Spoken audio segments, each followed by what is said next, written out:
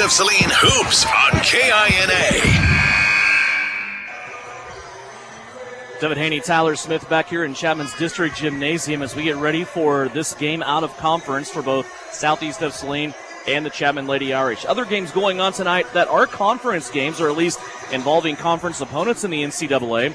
An interesting one on the girls' side that we will keep an eye on. Minneapolis is at Sacred Heart.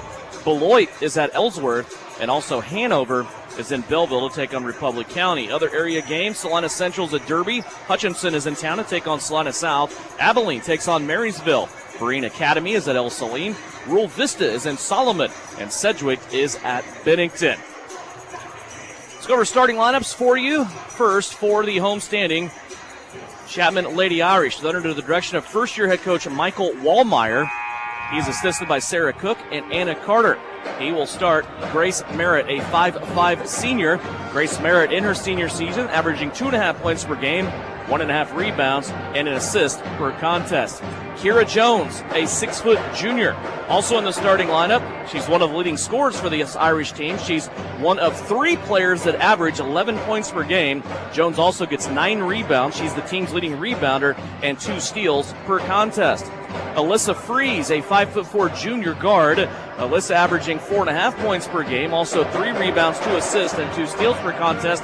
Alyssa was out of the lineup last year when these two teams played. She's one of the better guards on this Chapman Irish team.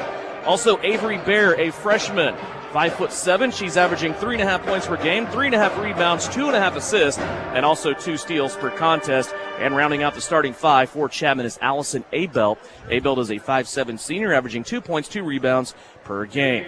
Coming off the bench, though, Tyler, we'll need to be aware of Maya Kirkpatrick. She is a senior. And also Ava Locke, also a regular starter who is a junior. Those two are the other two, along with Kira Jones, that average 11 points per game. They're going to come off the bench tonight. We'll talk about that here in a little bit. For the Southeast of Saline Lady Trojans, they come in. They're 12-2 on the season, under the direction of Shauna Smith, assisted by Steve Reedy. They will start Brielle Potachik, a 5'4" junior.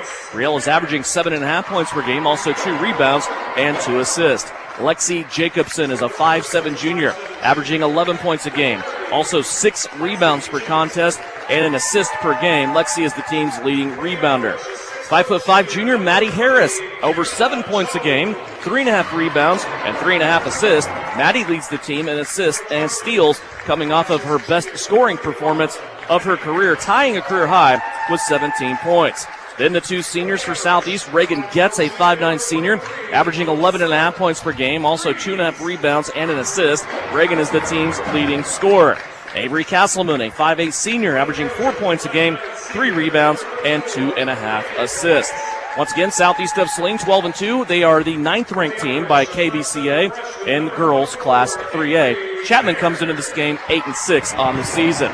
And Tyler, I mentioned briefly Maya Kirkpatrick and also Ava Locke coming off the bench. This Chapman team's had a little bit of sickness, a little bit of illness go through it here this week, so some people had missed practice, and for whatever reason, they're not going to start, but they're still going to play, and they're still going to be a huge, huge part of this game. Yeah, it's like we were saying, it's that time of the year for everybody. You know, whether you're in the NBA, college basketball, you're working a normal 9 to 5, or you're playing high school basketball. You got to take care of yourself. If you're not feeling well, you can't be there at 100%. You kind of got to see what else you have, and that's a depth issue that you're going to see with a lot of teams right now. And, you know, we kind of talked about it briefly. There's a similar type of bug going on at Southeast Saline right now. It hasn't affected the starting 5, but you're just going to see how it affects, and, you know, kind of how this carries on, you know, as tonight, and then how the rest of this kind of quote-unquote flu season goes on. Glad you could join us for a doubleheader of Southeast of Saline basketball, not only here on KINA, but also on SalinaPost.com. Free of charge, it's live stream video paired with the radio broadcast, and it's brought to you by our friends at Salina Surgical Hospital. Chapman will be wearing their home whites trimmed in green, a little bit of black on those jerseys. Southeast of Saline in their road purples trimmed in gray and white. Lexi Jacobson will jump into the center circle. She will go up for the tip along with Kira Jones, as these two will get this game started. Ball is up. Lexi Jacobson wins the tip, and it comes back to Maddie Harris. Harris quickly speeds off to the left-hand side between the legs with the dribble. Now goes to the right-hand side where it ends with Reagan Getz. Now to Brielle Potachik. That ball stretched her out a little bit, but she was able to save it. Back inside, Jacobson hanging along the baseline, took one power dribble, floated away from the basket, and come away empty. Here comes Chapman back the other way. going right to left as you view it on SalinaPost.com. Avery Bear has it on the right-hand side. She's going to be matched up with Avery Castleman. Now the switch lands Reagan Getz on Bear defensively. Back over to the left. Alyssa Freeze with it. She'll retreat all the way out to the logo here at center court. High post entry now. They play it to Abel. Abel trying to pass it away. It's stolen now by Brielle Potacek. Coast to coast. Right-handed layup is good. And Southeast of Saline is on the board with Brielle Potacek. And again, we just see Brielle's athleticism. I mean, jumping the pass right there, beats everybody else down the court 80 feet away. Brielle, great, as we see now, loose ball. Avery Castleman, great job. They got a steal off the press. Castleman hit the deck to save it. It's going to end up going all the way around on the other side of the floor. Low left block, and it will be a foul against Reagan Getz, who will step to the free throw line. What a great scrum there defensively by Southeast of Saline. And one thing we didn't talk about early on, because we were talking about kind of the illness and everything that's going on, but the keys to tonight are floor burns and points in the paint. I think that's huge. Like, you got to get back to that hustle basketball. We didn't see a lot of it against Sacred Heart. We saw a lot of points left in the paint as you see Reagan bury those 2 free throws. And I think Reagan Getz tonight's the key. Like, what Reagan can do inside the paint. You see this defensive pressure. We saw Tyler Henry's story today talking about how much problems this press would cause. We're already seeing it cause a lot of issues.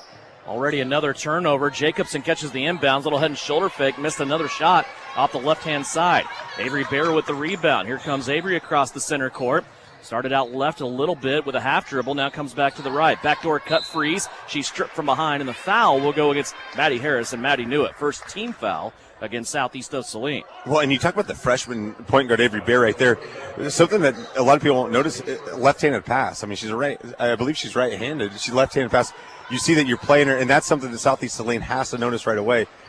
You're used to playing somebody right-handed. Nice little pass if she's left-handed. We talk about this all the time, how easily a left-hander can get away with some things because scouting reports aren't really written for them. Here's a pass. Brielle Potacek went almost a third of the floor inside to Jacobson. Jacobson saved it. Now out to Brielle for a three-pointer. That one's short and will travel out of bounds. It will go back to Chapman. Avery, if I had to guess, probably more leaning to the left. She is almost ambidextrous, though, and that really leads to good ball handling skills for the freshman. That's why she's in the starting lineup. She'll inbound it here. She'll go over to Freeze. Now a longer pass up the floor to Merritt. Little brief 2-on-1 break for the Irish, but they don't make another pass. A lot of dribbling helps the Southeast of Saline defensive unit get back all 5 of them. Here's Bear now. A little hesitation dribble. Gets herself to the baseline. Plays it back into Jones. Jones can't handle the pass. It goes back to the corner. Bear back inside. Beautiful little left-handed pass into the post to Jones, and another foul called here against Southeast of Saline. It's their second team foul. This will be against Lexi Jacobson, her first. Well, Devin, that's twice now Bear's done something with that left-hand side. At some point, Coach Shauna Smith's got to let that team know that she's left-handed. She's very strong with that. Force her, even though she's good both ways, and make her go to her weak side, because that's a solid pass. Really good entry pass from the freshman.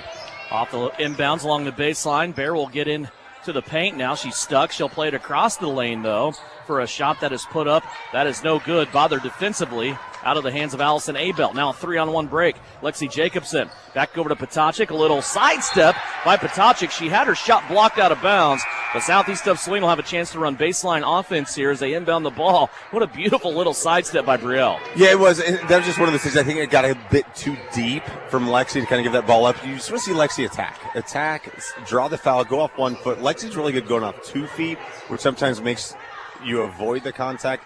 Just go with that strong layup, go off 1 foot, take the contact, see what happens. Avery Castleman off the inbounds. Her three-pointer too strong. Comes off the other side. And Avery Bear with another rebound.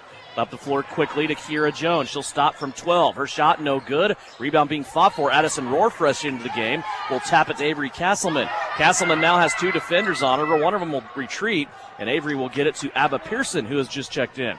Also into the game for Southeast of Saline, as I mentioned, Addison Rohr. For Chapman, Maya Kirkpatrick has checked in, along with Ava Locke. Again, 2 kind of normal starters for Chapman that came off the bench here tonight. 4-0 Southeast of Saline, still pitching a shutout here, 3 minutes into this contest.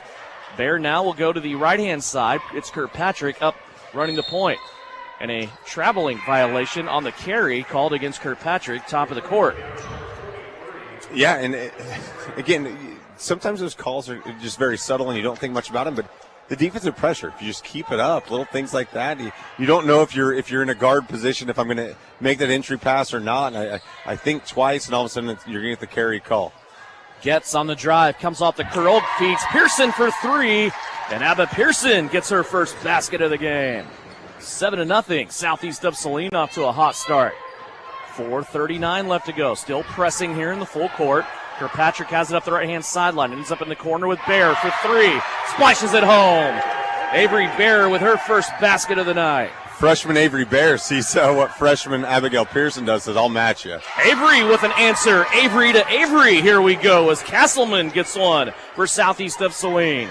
Back-to-back three-pointers, one by each team. 10-3 our score. Here's Jones back inside the paint, out to Locke. She's going to step to the left and fire an air ball. It goes out of bounds, no good. And Locke is one of these starters that has come off the bench, a traditional starter. It's come off. And I'll tell you right now, like, you can tell that she just doesn't look natural right now. And I'm not a doctor, but just not moving around really well, not moving around like she's comfortable. She put that shot up. It didn't look great. We've seen her shoot. We've seen her in years past. Great basketball player, but just doesn't look really good right now. It was a bad shot and bad shot selection, honestly. I mean, it was just kind of out of nowhere. The flu gives me bad shot selection as well. It happens.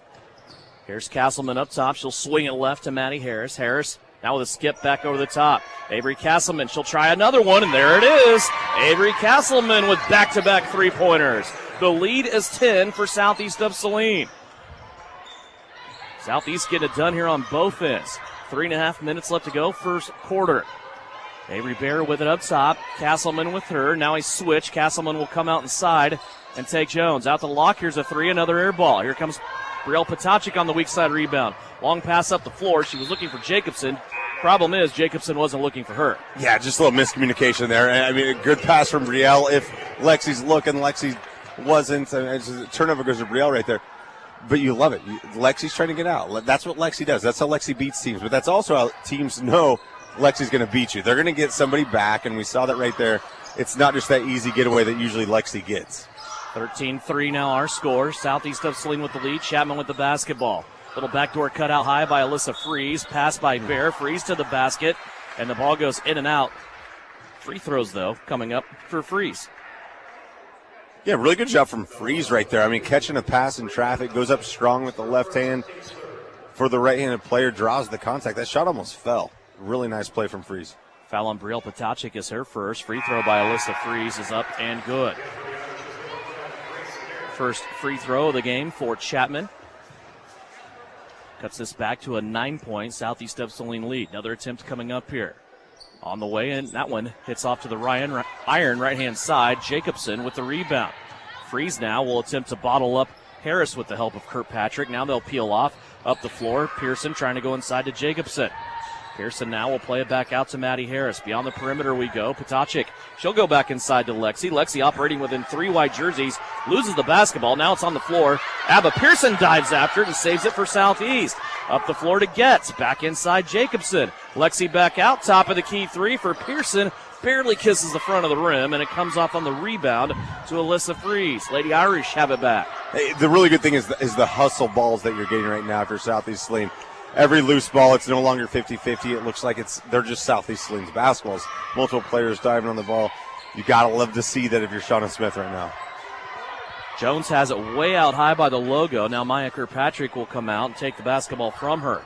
Kirkpatrick starts out left-handed with the dribble, now crosses over, tries to get back to the right. Jacobson there on the run and jump. Now Kirkpatrick spins her off, goes all the way to the cup, powers through a reach, and will have free throws. That will send Maya Kirkpatrick to the free throw line.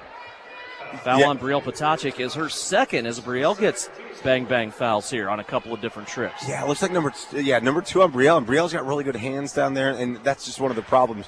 Despite getting all ball, it kind of looks like a foul. Like even if you just get the basketball and don't do anything else, it's an easy call for an official, but we've seen that's one of Brielle's strengths, is her attack in the basketball as we see Maya's first free throw go in. So you don't want to tell her not to do that, but with 2 fouls, you kind of got to slow those things down. Kirkpatrick made the first free throw. Maya Kirkpatrick will get a second one. That hits the front of the rim and rolls home. So the first 2 points for Maya Kirkpatrick, the senior, averages 11 per contest. 13-6 now, our score. 7-point lead for Southeast of Saline. Castleman has it on the right-hand side. Tests the baseline. Now comes back out to Getz. Gets through it between Harris and Jacobson, and Maddie will save it. Maddie starts to come to the right. Now goes back left. Reagan Getz has it. Castleman, a little head and shoulder fake from 3. Now back to Reagan Getz. Reagan wants to try baseline on the left-hand side of the basket. Nothing there.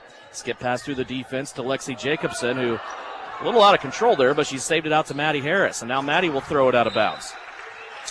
And you wonder how much kind of maybe that out-of-control pass leads to more out-of-control passes. When something like that happens, it's as cliche as it is. Jump stop, just stop, let everything else slow down. Just slow the things down. It looks like this zone, this little matchup thing that Chapman's doing right now, causing a little issues. You see a block right there from Lexi. Just slow things down, see what happens. 3-point attempt by Alyssa Freeze was blocked. Southeast of Saline will pick it up off the deck. Castleman brings it up the floor, off to the left now on the pass to Getz. Now back to Harris. 1 minute left to go. This seems like it's been a long first quarter. Getz with it. Defender doesn't come out and honor it. Reagan's going to go ahead and fire. That one hit the rim, went up backboard height. Never touched the top of the backboard, though, and came back down and through. First field goal of the game for Reagan Getz. That's the 4th 3-pointer for Southeast in this opening quarter. Now a pass that's tipped, taken away by Addison Rohr. Jacobson on the tip. 38 seconds left to go. Getz along the baseline right-hand side. Has it taken away by Freeze. Back the other way. Here comes Alyssa Freeze testing Harris. Late pass to Locke, and she's going to be fouled by Avery Castleman. Free throws coming up here for Ava Locke. And great hustle from Avery to get back and contest that. It's a wide-open layup. There's no reason why you give wide-open layups at this point. Avery goes. It's one of those 50-50s. Gets called for the foul. And we see right now Locke to the free throw line for 2. Ava Locke to the line. Free throw up, no good. Getz will check out. That foul on Castleman was just her first. Chapman with a little push there. Got it back within 7. Now Southeast back up by 10. Locke missed both free throws. Rebound, Pearson. 25 seconds left to operate here for Southeast of Saline. They'll probably take the last shot of the quarter. Here comes Harris with it. Looks right now, looking back left. Has Addison Rohr top of the post at the free throw line, but playing to run the clock here. Locke reaching in. Harris slaps her away. Harris now plays it right to Pearson. Pearson back to Harris. Clock down to 6. Now Castleman has it with 4. Lob pass back over the top to Harris underneath the rim. Can't get it to go, and the clock will run out. That's the end of the first quarter. Good start here by Southeast of Saline's Lady Trojans. They lead it by 10 at the end of 1. 16-6 is our score when we come back. Second quarter action. You're listening to KINA and watching the live stream video on SalinaPost.com. It's brought to you by Salina Surgical Hospital. Get your parts list ready. Can-Equip's Parts Advantage sales event is going on now. Order early for best availability. Save on over-the-counter genuine C&H parts and get instant rebates on purchases of OEM engine oil for optimal performance. Lessen supply chain concerns by stocking up during Parts Advantage at Can-Equip in Salina. Terms and conditions apply. See store for details. Can-Equip you. Your next visit to the doctor for an upcoming procedure or surgery should start with a conversation about Salina Surgical Hospital. Hi, this is Geraldine Diedrich, and we are truly committed to fostering your health and well-being. From outpatient procedures to inpatient stays, you will feel the difference in our excellent care and compassion. Talk to your doctor about scheduling your next procedure at Salina Surgical Hospital. Your surgical experience is our specialty. Salina Surgical Hospital is partially owned by a group of local, community-involved physicians. You're listening to Southeast of Saline basketball on KINA.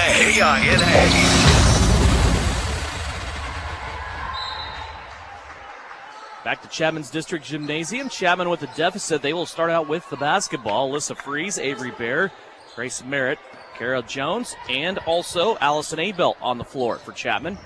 It's Jacobson, Getz, Castleman, Harris, and Pearson on the floor for Southeast of Saline. Right now, pressure doing its job for Southeast of Saline, Tyler. Yeah, it's the defense that's leading to the easy offense you're seeing right now.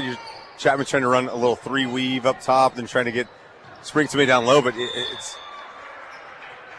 you see just a loose ball out on Southeast Saline. But that we talk about this all the time. Lack of the big and the versatility defensively, Southeast Saline can guard 1 to 5 no matter where you are on the court. And it's difficult. If you don't have a true point guard that can enter the offense and get things going, it's going to make things really difficult for other teams. Inbounds for Chapman here. It goes to Jones. She's going to hand it off to Avery Bear. Bear wants to get to the lane. Little jump stop and a step there. It's called a traveling violation. That's the 4th turnover for Chapman. Man, that's a tough call. I mean, that's textbook jump stop, 1 step. I don't know. It's a really tough call against Chapman right there. I like that offensive move. I mean, that's a move that we teach kids. If that's going to be called a travel, we're going to have to change the way we're teaching kids how to play basketball. 10-point lead. Southeast of Saline has it. Gets out to Harris. Harris, little step. Now she goes to the keyhole. Fake the shot again. Plays it back to Reagan Getz, who will get all the way to the lane. The shot there left long. And Kara Jones is bothering Southeast of Saline inside. We've seen her give Lexi Jacobson all kinds of fits through this game so far. And she is shutting off a lot of drives here by Southeast. Here's Bear now in the corner as we go Avery on Avery again. Castleman against Bear. Over to Jones. Her little pull-up on the right-hand side along the baseline is good. Kira Jones has her first basket of the night. 16-8. Jacobson with it. Fakes the pass left. Now comes back right to Castleman. Addie Harris has it. Chapman turning it up defensively here a little bit in the second quarter. Pearson has it. Over to Getz. It's a lot of kind of dribble and dive is what I call it with Southeast right now. They're looking to find the open person. And again, Pearson goes in. She's going to test Kira Jones, and Jones turns her away on the block. Chapman has it back. Yeah, so far it's a test that nobody's passed yet. You guys see where Jones is coming from, and drop that little bounce pass. Someone's got to hit a shot in the paint. But again, just continue to make them play defense. We haven't seen any quicker stupid shots, and you're seeing defense continue to hold strong. Turnover there as Chapman throws it into the backcourt. Turnover number 5. It's the second one of this quarter. And substitutions. Maya Kirkpatrick comes back in for Chapman along with Ava Locke. Also back into the game for Southeast of Saline. Addison Rohr along with Avery Castleman, who I think she was already on the floor there. Emma Zerflute was coming in for Castleman. There's the mix up there. And a brief timeout. 30-second timeout. We'll take it as well. Quick step away here on KINA. Citizens State Bank has been serving Kansans for over 100 years. We are a full-service bank that can service your personal, business, and agricultural lending and deposit needs. Citizens State Bank offers 24/7 convenience with mobile deposit, online banking, and our ATM conveniently located in front of the building. Stop by and see our friendly and helpful staff. Citizens State Bank at 600 Maple Street in Gypsum, Kansas. Citizens State Bank and Trust Company is a proud supporter of the Southeast of Saline Trojans. You're listening to Southeast Trojan Hoops on KINA. Out of the timeout, Southeast of Saline basketball, Avery Castleman stayed on the floor along with Brielle Potachik. Emma Zerflu is into the game along with Lexi Jacobson and Reagan Getz. Getz has it top of the circle. She'll play it off to the right down to Potachik. Now swing it back left to Getz. Little give and go opportunity here between Getz and Jacobson, but they can't take advantage of that. Now back inside, Jacobson will step away, elevation, and the shot off the backboard won't go down. Nice job defensively there, and the rebound by Maya Kirkpatrick. Long pass now up the floor, Kirkpatrick to Bear. Bear feeds it in with the left hand to Kira Jones, and Jones with back-to-back buckets give the assist to Avery Bear. Yeah, Bear drove baseline, drew some defenders, and a really good pass to Jones right there for the finish. Three-pointer by Castleman in transition goes unanswered. Locke has it back, and they're going to say she traveled with it. That's an unforced turnover there. The second one really on Chapman here in this game, dribbling out top with little to no one-on-one pressure. Yeah, and you're seeing right now, we saw Southeast Saline fall in love with the three-point shot in the first quarter, which by all means do it. You know, if you're hitting the shots, keep throwing them up. But right now, trying to penetrate, trying to do some things defensively. And honestly, we're seeing Kira Jones just destroy anything in the paint right there. She does a great job defensively. The ball's going to the arrow. Jones that time tied up Reagan Getz around the shoulder. Getz goes to her backside, and the arrow lights at the table says the jump ball will stay with Southeast of Saline here. One of the officials coming over to give the basketball a nice rub down. A little massage action. And it kind of seems like at some point, I mean, Chapman is perfectly fine with Southeast shooting the outside shots. I mean, they're bigger, they're longer, they're stronger inside. I'm going to say, if you're going to shoot us out of the gym, shoot us out of the gym. That's how you're going to win, but you're not going to get points in the paint. Here's Potocik for a three-pointer off the inbounds. That's strong, no good. Race to the basketball. Taken in by Avery Castleman. She'll sling it left now to Jacobson. Inside to Getz, and Kara Jones is going to get a foul. Reaching over the top of Reagan Getz, and that will help Southeast of Saline. That is the second foul for Kara Jones. She has both of the team fouls for Chapman. And Kara Jones knew it right away. Like, as soon as she did it, she looked at the official, just kind of gave a nod. And those are tough. That's a tough foul, that push in the back on a pass like that. Really tough call. Potocik wide open off the swing off the inbounds, but she takes 2 dribbles to her right, goes into 2-point land, and nails that jumper. 4 points now for Brielle as we approach the halfway mark of the second quarter. And what a mature offensive move from Brielle. She had the wide open three. She kind of gave it a pump fake. She's like, I'm taking 2 or 3 dribbles in, and I'm going to hit this shot. She drills the 15-footer. Great job from Brielle. Traveling call here on Chapman will turn the basketball back over to Southeast of Saline. That's turnover number 7 now on the Irish. Hey, look at a couple of bodies were flying. I thought there would be a lot of things that could have been called there, but the travel in the Irish was not on my bingo card. But basketball to Southeast. High post to Castleman. She'll hand it off to Brielle Potocik, who comes off to the right wing. Now double teamed. Brielle in trouble. She's trying to keep that basketball moving, and Avery Bear will take it away. First turnover of the second quarter on Southeast of Saline. Freeze up the floor to Abelt. Abelt slides right into Emma Zerflew and a traveling violation. Zerflew was there to take the charge. I think Emma did a really good job doing that, and nothing was called, and then it's just kind of like everybody was looking at each other. But like you said, he had to call something there, and the official ends up calling a traveling violation. Well, and yeah, without anything, it was just a great job from Zerflew to have possession right there, because you can't move if you have the ball offensively, and if you fall down, it's a travel, a lot of contact. As we see right there, turnover from Potocik. Off the foot of one of the Chapman players, Ava Locke takes it coast to coast the other way, and the 5th turnover for Southeast of Saline ends up in Ava Locke's first basket of the game. 3:20 left to go here in the second quarter. Zerflew has it now in the corner, far side to Castleman. Avery wants to drive baseline. Now she retreats and comes back out. High post to Jacobson.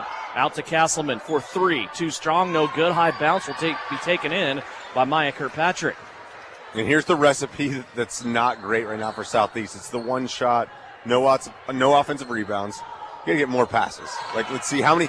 Your goal right now is how many points can you get in the paint if you're Southeast Saline? A lob pass that got hung up in the air, taken away by Maddie Harris. A missed layup for Jacobson now to Zerflew for 3. That crawls around the rim and spills out. Now the rebound on the floor, taken in by Allison Abelt. Chapman has it back. It's a 2-possession game, 18-12. Southeast of Saline with a lead. 2:30 left to go here in the second quarter.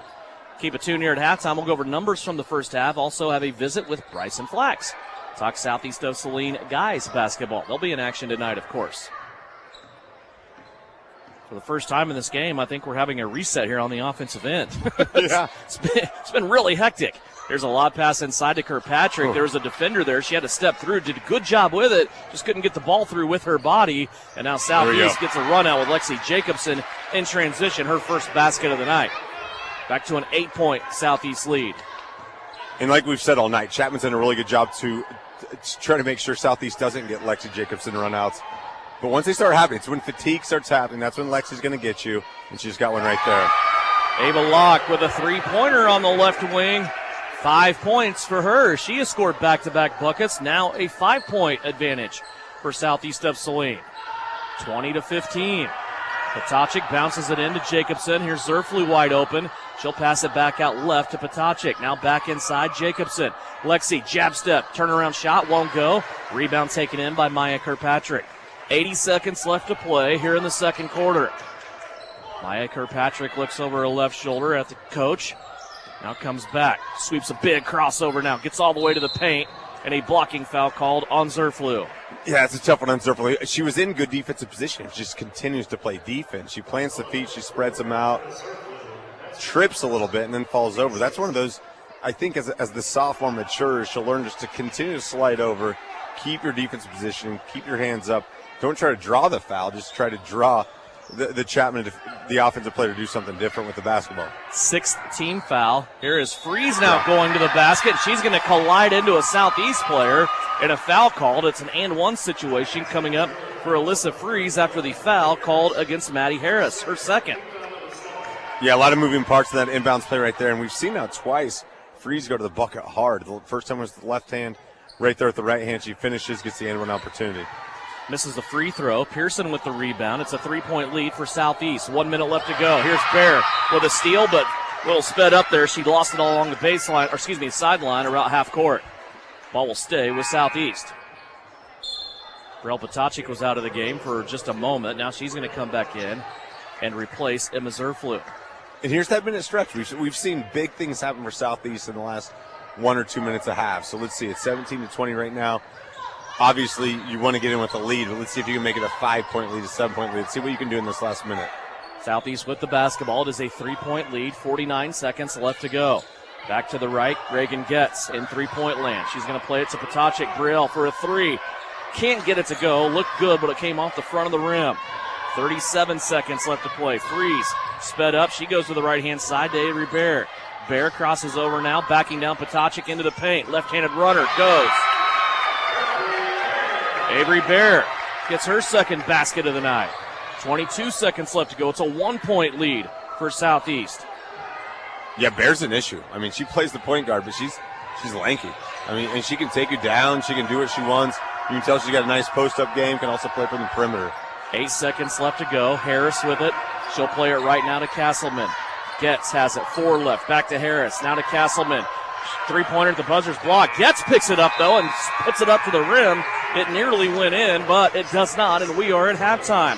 20-19, a 13-4 quarter for the Chapman Lady Irish, and a 1-point lead by Southeast of Saline at the break. When we come back, we'll go over numbers from the first half. We'll also have a conversation with head coach Bryson Flax that's coming up here on halftime. It's brought to you by Knopf Auto and Truck Accessories right here on KINA. Knopf Auto and Truck Accessories. Everything to bling out your ride in one place, including top quality lift kits, wheels and tires, bumpers, Jeep accessories, fender flares, bed covers, bed liners, step bars, even custom painting. Knopf Auto is the and soil dealer and has many synthetics and filters in stock. Visit Knopf Auto on Facebook for specials, great ideas, and let them make your truck stick out in a crowd. Knopf Auto and Truck Accessories, supporting the Southeast of Saline Trojans. Hi, everyone. It's Flanell Garrettson from SalinaHomes.com. It's a new Trojan basketball season, and our coaches have devised a solid game plan. Just like basketball, to reach your goals in the real estate game, we need to have a dynamic game plan. I enjoy working with many of our Trojan supporters in all aspects of real estate. Upsizing, downsizing, investments, town or country. One call to me, and we will get your personalized game plan ready to win. Go Trojans! Buy or sell, call Winnell at SalinaHomes.com. This is the Trojan Halftime Report. Coming up, a first half recap. Shot at the horn! Stats, interviews, and a look at other area games. Now, let's get back to the gym for Trojan Halftime on KINA. Halftime of the girls' contest, 20-19. Southeast of Saline's 10-point lead has been slashed down to 1 here at the break. Time now to sit down and talk with Bryson Flax, the head coach of the Southeast of Saline Trojans, as we look forward to the second game of our doubleheader tonight. Of course, it's Southeast of Saline playing against Chapman. And first, Coach, let's look back to your victory on Tuesday night over Sacred Heart. You get the season sweep over the Knights, 66-48 the final score.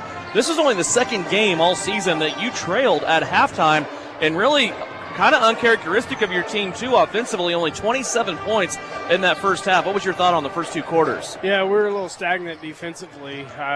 Weren't moving very well. We were getting beat down the floor, and you know, I won't give myself too much credit on a halftime adjustments or speeches or anything, but I kind of got in their butts a little bit, and we were a little better anyways. And you know, you and I have talked before, it's not about, you know, the first 8 minutes or 15 minutes. You know, it's kind of the long haul, and I think we did a nice job. We kind of wore them down a little bit in the second half, and we were able to, you know, go on a couple nice runs. Yeah, this was definitely kind of one of those games where you saw you went long periods at a time with your bench players in and just kind of kept switching the guys in and out. I thought it was another great game by Nakari Morkel-Palmer. Just he keeps kind of evolving before our eyes, if you will, with the things that he does. It's almost like he has the ability to evaluate what the team needs at the time and then go do that. Yeah, he's playing on a really special level, you know, and you know, and it helps. Guys are making shots around him, and But he's one of many that are doing a really nice job at what they're best at, and so Nakari just happens to be really good at a lot of different things, but yeah, he's a special player, and he's playing with a lot of confidence, and it's really fun to watch. It may happen tonight, it may not, but kind of the story within the game, there's a couple of them here tonight, and you and I have talked about these off air. We've mentioned Eli Sawyer's a little bit on there, but he's just about 5 points away from moving up another notch in the all-time scoring list of Southeast of Saline history. He has a chance to pass Jackson Montgomery tonight, but also Nakari with the assist record. The all-time assist record is held by Ben Murray. Nakari has a chance to beat that, if not tonight, in the next couple of games. Yeah, definitely, and again, both those guys, Eli on the scoring side, he's finally, I feel like he's finally letting the game come to him a little bit, and being a little more selective on some of the shots, and then, he's taking some good perimeter shots as of late, and they're not dropping for him, and then Nakari, that assist record is two things have to happen. One, you have to be able to see the floor at all times, and two, guys around you have to be able to make shots, and Nakari's played. This is fourth year playing for us, and he sees the floor and passes better than any high school player I've coached, and is right up there with a lot of the JUCO guys that I coach. Just his IQ of seeing the next play, happen before he even gets his hands on the basketball. Well, it's funny you say that too, because I was just kind of thinking earlier today when I was crunching some of these stats. Nakari, paired up with some good scorers in his time, basically right side by side with Eli Sawyer's. Ben Murray has the record. He was paired up with some really good scorers, too. A couple of guys on the list with Easton Montgomery and Jackson Montgomery.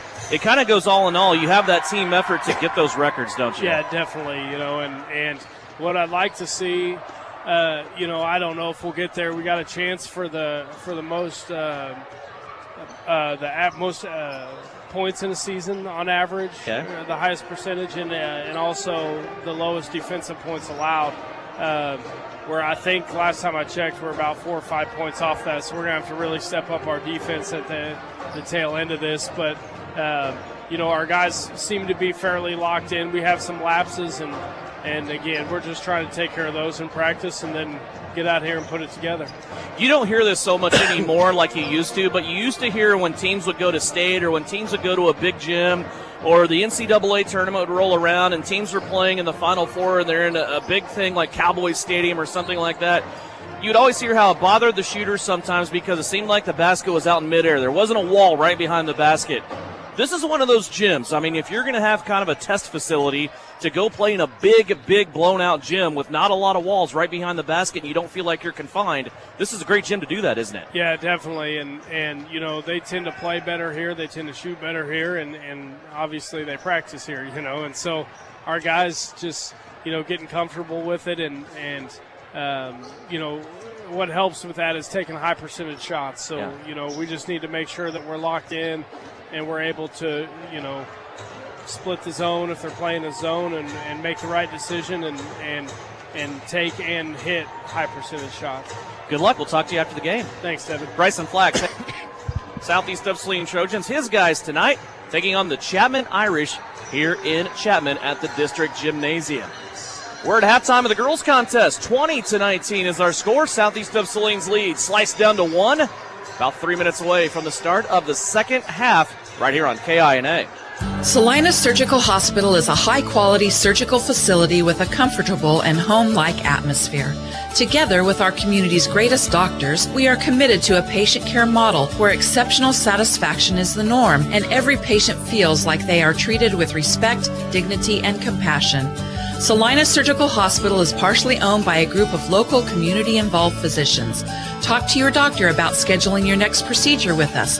Saline Surgical Hospital. Your voice, your choice. The Southeast of Saline School District has a long-standing reputation for excellence. This excellence in public education has been a source of great pride and one of the factors contributing to the quality of life in our community. The Southeast of Saline Education Foundation works in partnership with the USD 306 School District and the community that it serves to maximize student potential, thereby creating a lasting legacy, not only for our children, but for our community. The Southeast of Saline Education Foundation salutes the Trojans sports program. Your husband is pretty handy to have around. He makes the world's best mac and cheese. He's in the Tickle Monster Hall of Fame. And he can teach anyone how to throw strikes. But a busted pipe in a basement full of water? Honey, I think we need a plumber. Is a little out of his league. That's where a homeowner's policy from Shelter Insurance comes in handy. We'll help get your house back in order and your husband back to what he does best. Hey Salina, come see us at the Kelly Kitchener Agency near the intersection of Cloud and Ohio. We want to be your Salina, Kansas insurance agent. Troublesome car repair? Everyone has told you it cannot be fixed or it's way too expensive? Try McKim Auto Service in Gypsum, Kansas. They do quick, dependable work and provide the lowest hourly rate in the area. McKim Auto will service your vehicle from front to back and everything in between. They treat you and your car like a friend or even family. McKim Service specializes in engine and transmission rebuilds. 701 Maple, Gypsum, Kansas. Wouldn't trust anyone else with my family car. So, if your repair seems grim, remember McKim. Give them a call today to make your appointment. Work hard, play hard. Good luck, Trojans, from Roselawn Memorial Park in Salina. To learn more, visit roselawnsalina.com. Back here in Chapman's District Gymnasium, just about ready for third quarter action. Let's go over scoring from the first half of this girls' game. Brought to you by Citizen State Bank in downtown Gypsum. Bank where the Trojans bank, and that's in beautiful downtown Gypsum at Citizens State Bank. Avery Castleman leads the way. 6 points all in the first quarter for Southeast of Saline. 5 for Reagan Getz. 4 for Brielle Potachik. 3 for Abigail Pearson. And 2 for Lexi Jacobson. For Chapman, it is also spread out in scoring. 5 for Avery Bear. 5 for Ava Locke. 4 for Kira Jones. 3 for Alyssa Fries, and 2 for Maya Kirkpatrick. Southeast of Saline, 2 of 2 from the free throw line, while Chapman, 3 out of 7. 9 turnovers for Chapman, 5 for Southeast of Saline. Southeast of Saline has led the whole way. They were up by 10 at one point. That lead has been sliced down to 1. Tyler Smith, your thoughts on this second half? Devin, if you're Southeast Saline, you've got to score in the paint. I have him right now with 2 points in the paint. It was a Lexi Jacobson, breakaway layup. You just can't live and die by the 3. We know the size advantage. We know what Kira Jones is capable of doing defensively, but you've got to you've got to work from the inside out, and that's one thing that you've got to see Southeast Saline try to do tonight as we see a turnover of them trying to get the ball down low. Not only tonight, but to be successful and make a long run, you've got to score inside to open up things on the outside. Also, you're not getting points in the paint. You're also not getting Chapman in foul trouble. Just 2 Without team fouls from Chapman in that first half. They start a high-low entry. Try to fire it in down low. Jacobson to Getz. That ball was tipped out of Jacobson's hands and then went off Getz and out of bounds. Chapman now trying a quick shot down low. It's saved by Ava Locke off the kneecap of Avery Castleman, and Chapman will keep it. Chapman has adjusted their lineup here a little bit. They did start Maya Kirkpatrick and Ava Locke in this third quarter. They did not start the game. Instead, it was Avery Bear and Allison Abel. And David, I don't know who's favorited in this game, blah, blah, blah, but you're starting to see Chapman play with a lot more confidence now. It's one of those things when a team when an 8-6 team is playing a 12-2 team, all you need is just a couple, plays to go your way before you start getting confidence.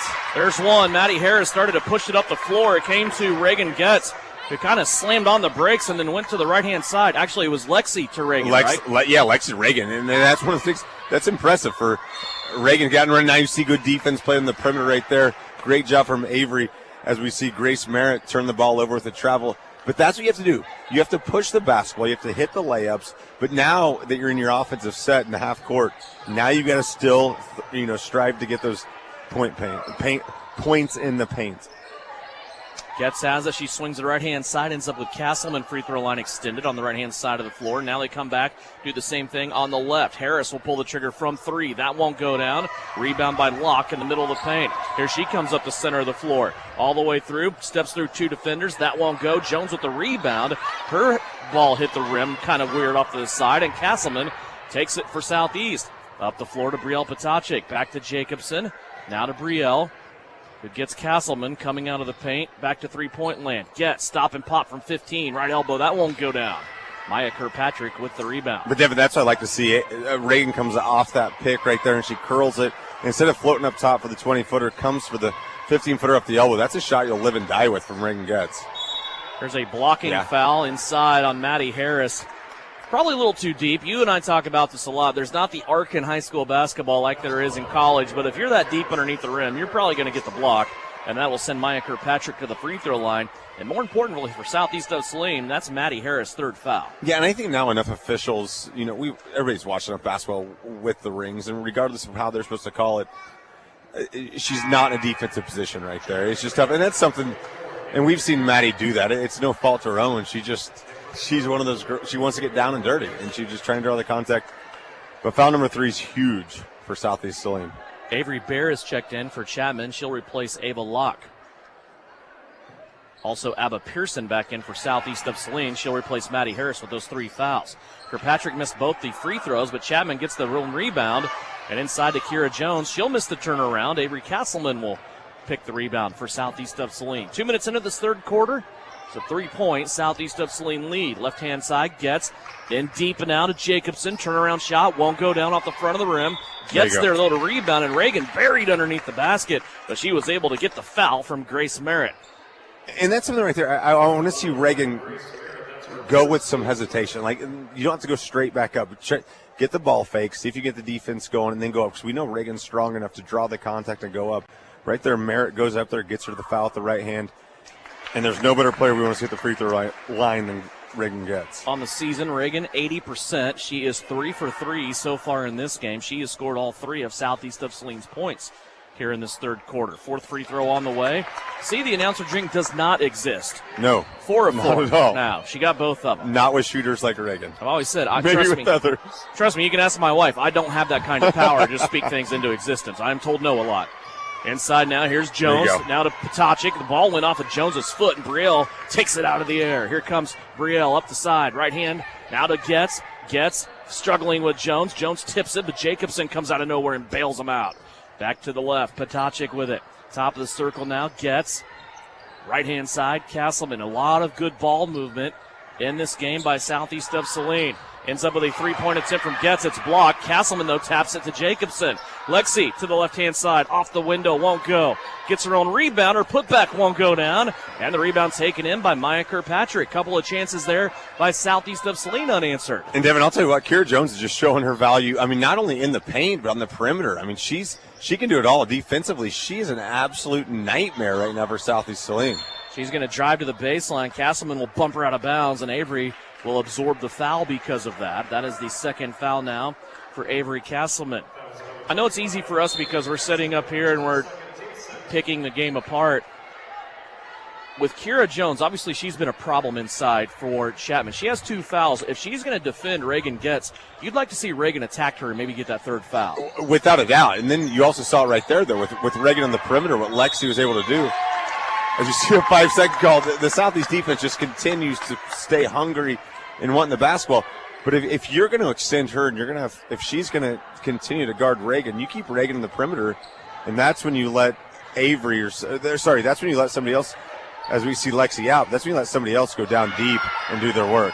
Here's Bear on a block. Castleman tried a 3, and Avery Bear came out of nowhere. Now the ball on the floor, and they're going to call a foul on Reagan Getz. I thought at first they signaled Castleman, but they're going to say Reagan Getz, and that is just her first. Yeah, look like Reagan was going after that loose ball after the block, and to be honest, not a bad foul because we saw a breakaway layup getting ready to happen from Chapman. So at least that slows things down and makes Chapman have to play some offense right now. Maya Kirkpatrick will trot across the timeline in the Irish logo here. To the right-hand side now to Avery Bear. She'll get a high screen from Abel.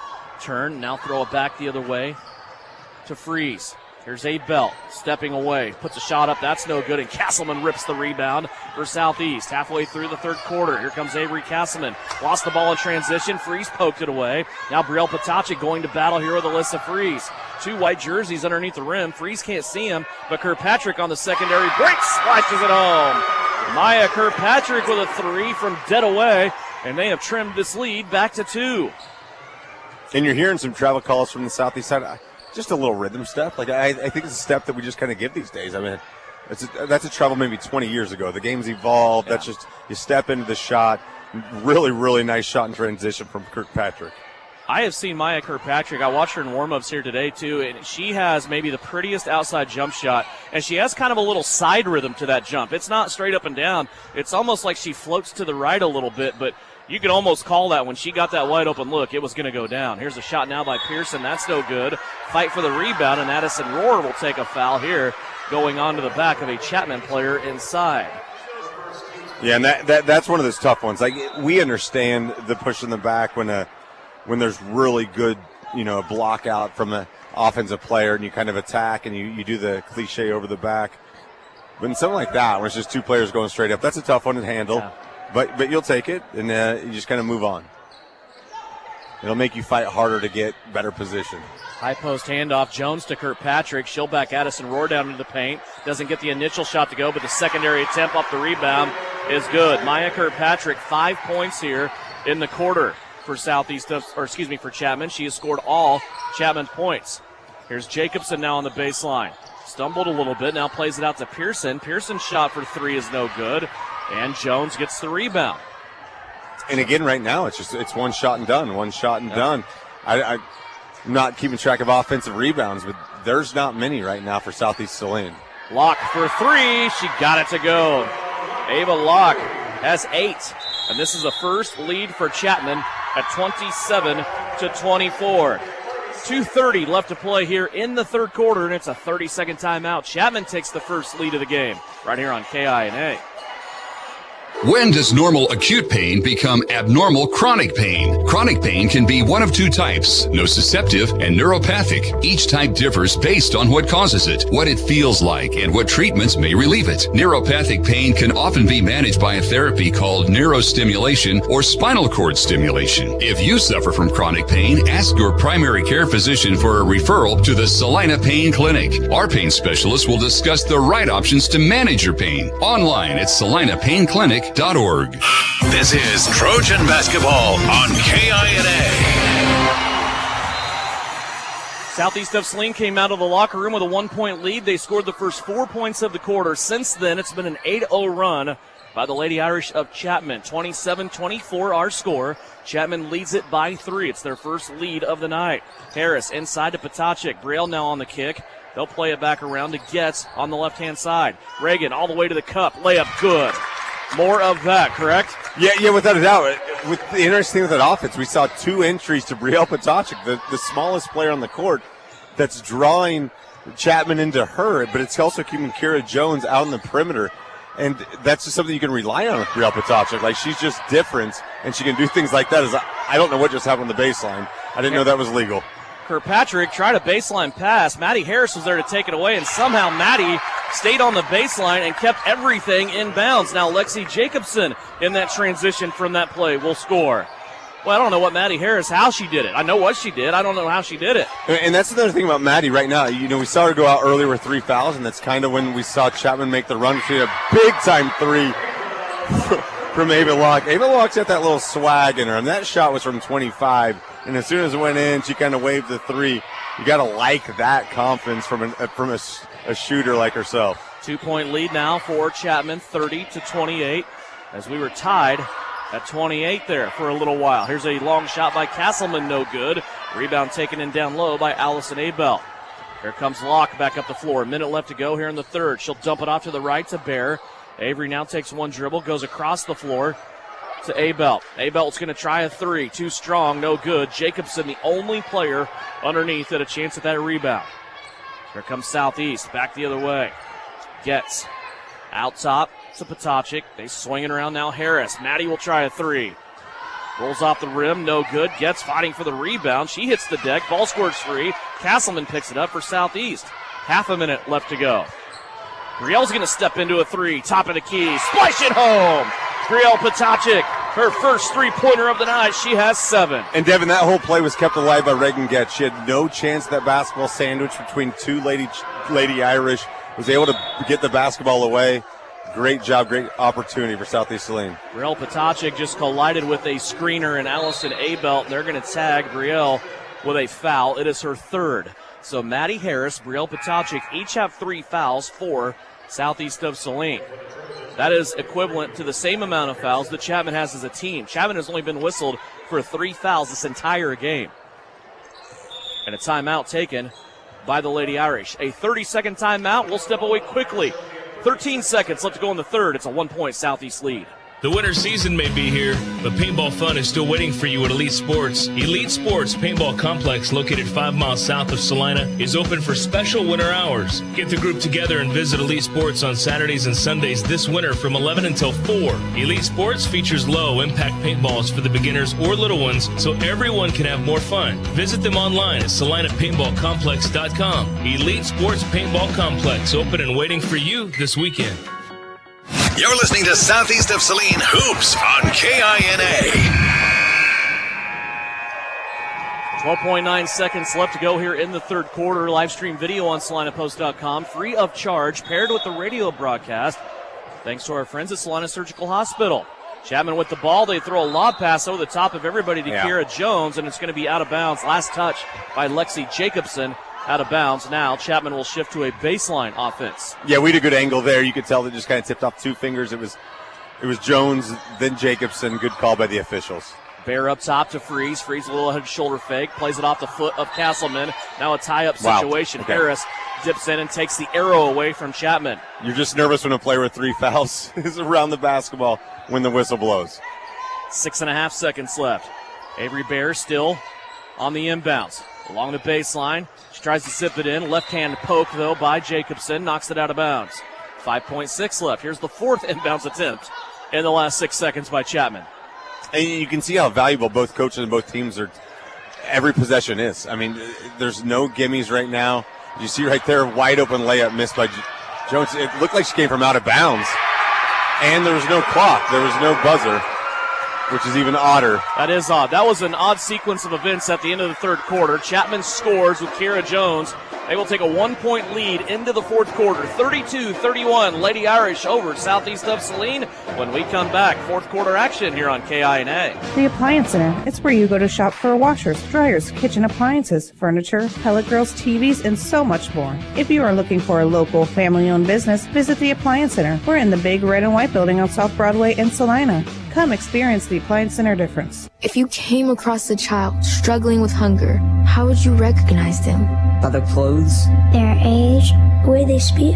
Hunger can be hard to recognize. Learn why at IamHungerinAmerica.org. Brought to you by Feeding America, 200 food banks strong. Hi, this is Geraldine Diedrich, RN.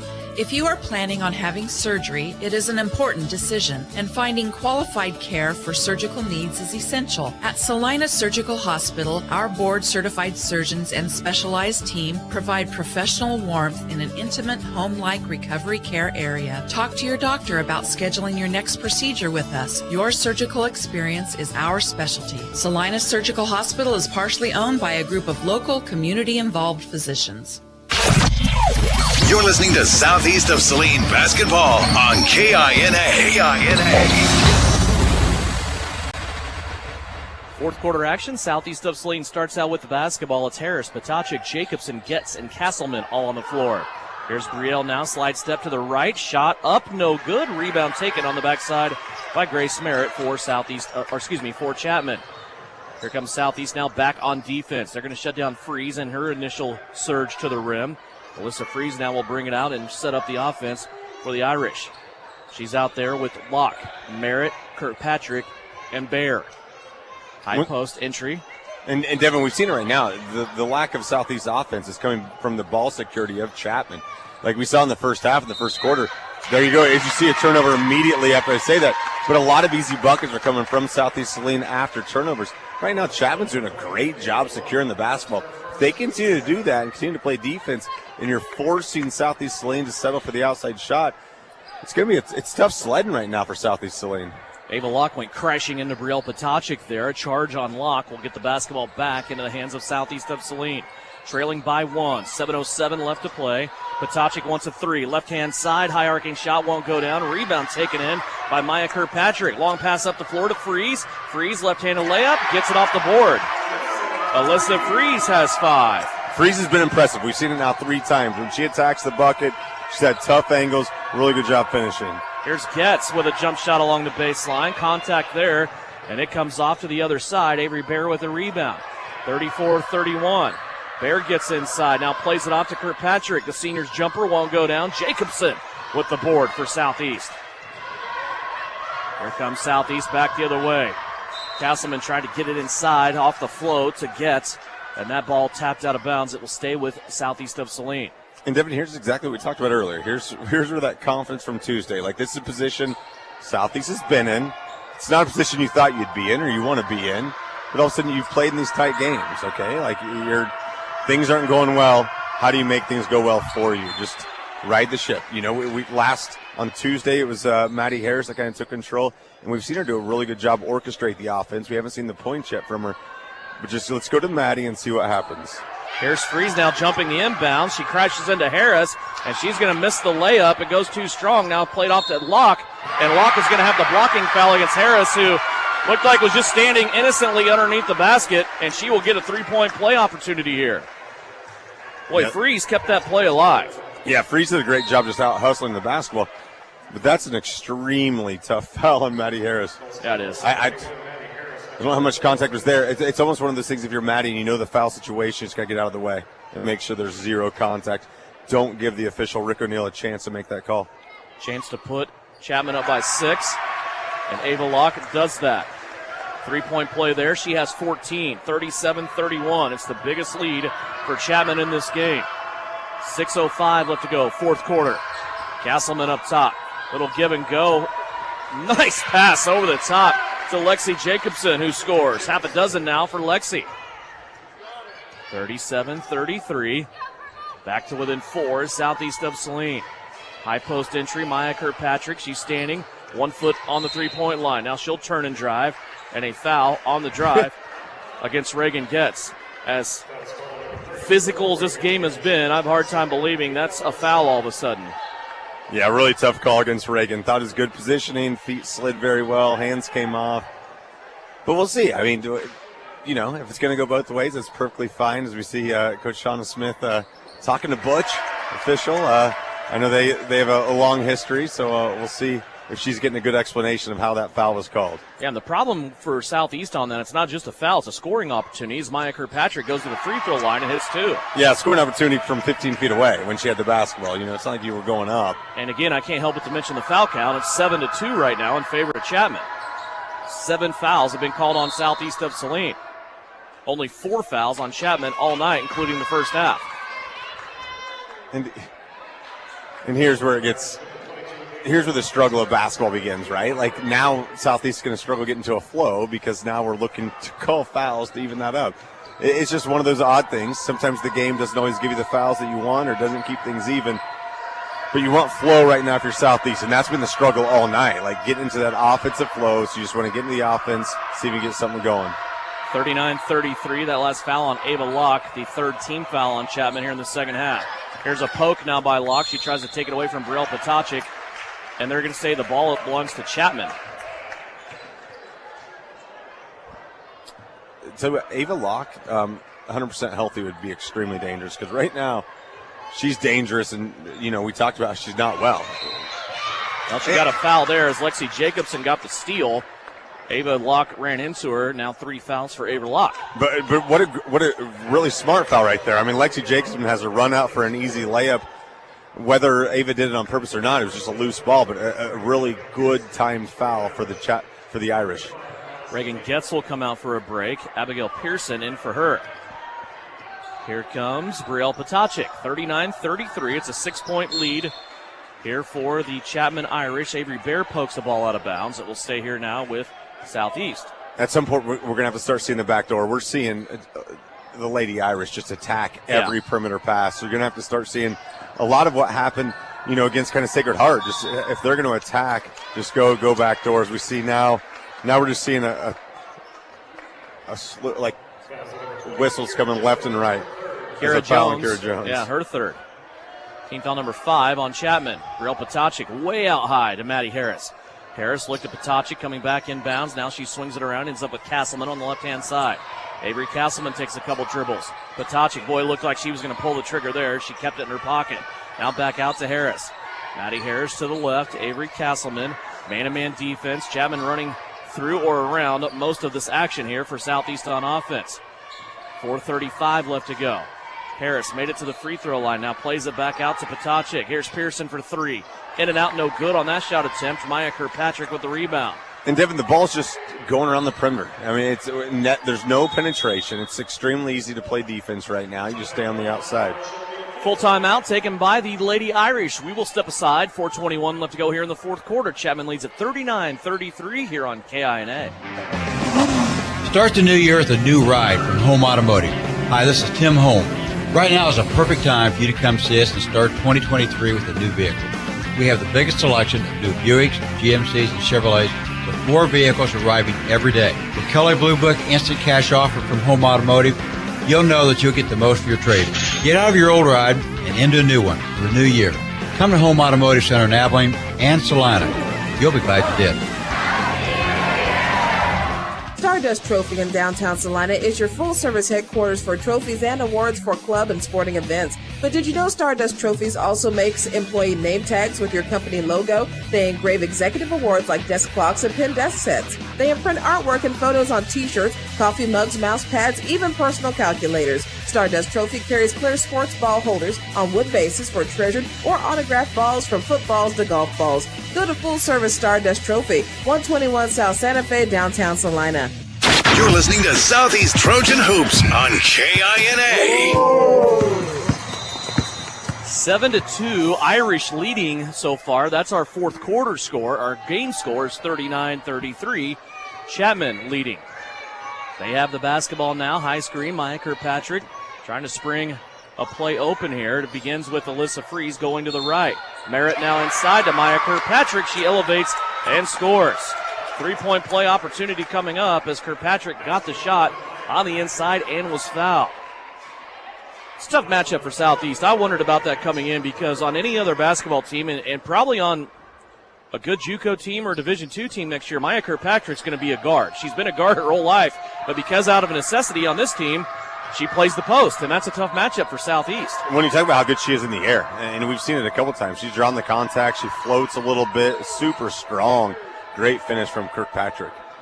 41-33. Maya did miss the free throw. It's an 8-point lead for Chapman.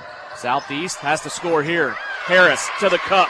And a right-handed layup curls home for Maddie Harris, who just scored her first basket of the game. That needs to change. Yeah, it really does. And again, that's what you have to do. You've got to penetrate. That's only the sixth points in the paint that Southeast has gotten tonight. Alyssa Fries speeding by Brielle Potacek. Potacek takes her all the way to the baseline. Here's a steal by Maddie Harris. 1-on-3 break. Harris all the way down the floor, and a bumping foul will be called.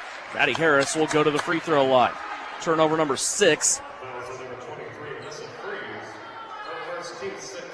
for Chapman.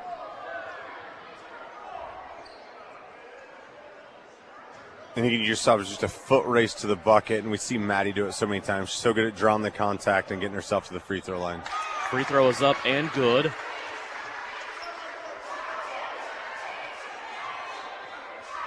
Maddie has scored the last 3 points of this game. Chance here at another free throw. Both teams now will be in the bonus from here on out. That was a shooting foul, though, as Harris gets both of the stripes to go down. 4 points for Maddie Harris, and it's a 4-point game. 41-37.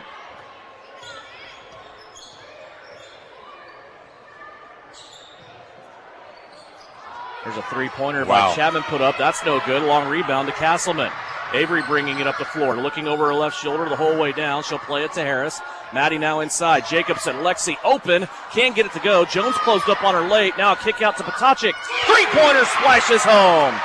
Brielle Potacek is in double digits now with 10. That's her second three-pointer of the second half, and it's a 1-point game, 41-40.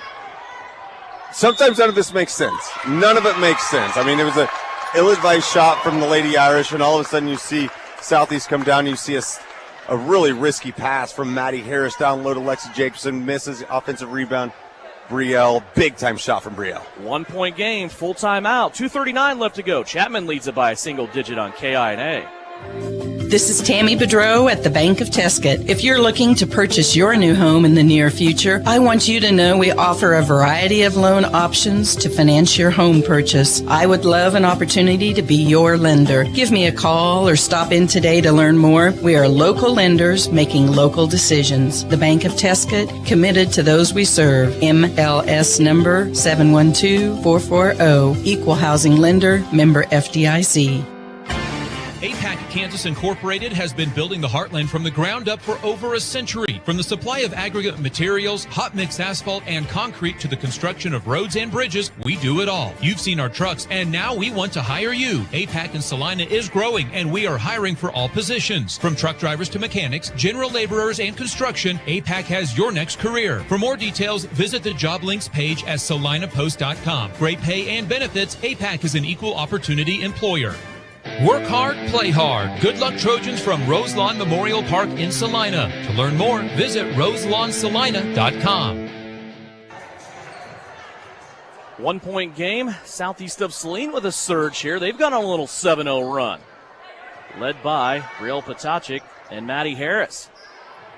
Chapman now spreading them out, looking to give them a stall look, and an unforced turnover as Maya Kirkpatrick, looking for Alyssa Freeze, throws it out of bounds on an airmail. When we see that 1-3-1 that Southeast came in right there, a little different look all of a sudden. Don't know if Chapman is ready for it. It was just something kind of new. And a bad pass, but a perfect defensive call coming out of that timeout. Without a doubt. Just a little change-up, see what happens. Here is Getz. Around the horn, Harris, now Castleman. Avery was hot to begin this game. Now out to Brielle Potacek. Brielle wants to drive. Steps back on the defender, now to Jacobson. Left-hand side to Avery Castleman. We're approaching the 2-minute mark. Boy, another sensational game here for Southeast of Saline as far as competition goes this week. Here's Potacek trying to drive around a screen from Jacobson. Now to Harris. Clock is under 2 minutes left to go. Maddie plays it off baseline. Jacobson, she takes the contact. Shot up, won't go down. Kara Jones gets the rebound for Chapman. 1:44 left to go. And again, not a shot you absolutely hate. It was just extremely contested, bad angle. Those are shots we've seen Lexi hit. You've seen a lot. What you want to see is you got to have more Trojans attacking the offensive board. She was in attack mode. I like it. Here's Getz now playing defense up top on Freeze. Chapman's pretty happy right now, seems like, just letting this clock run down with a 1-point lead. And Devin, with the amount of carry calls we've seen tonight, you just want to play good defense and see if you can get one of those. Right. It'd be very rare for that to be called now. But put pressure on and, put the pressure on the officials. See what they're going to do. Kirkpatrick up top just dribbling the basketball by herself. Potacek now will come out and challenge her. Kirkpatrick goes around the defense, now falls down, loses the basketball. It's on. Oh, there was no possession.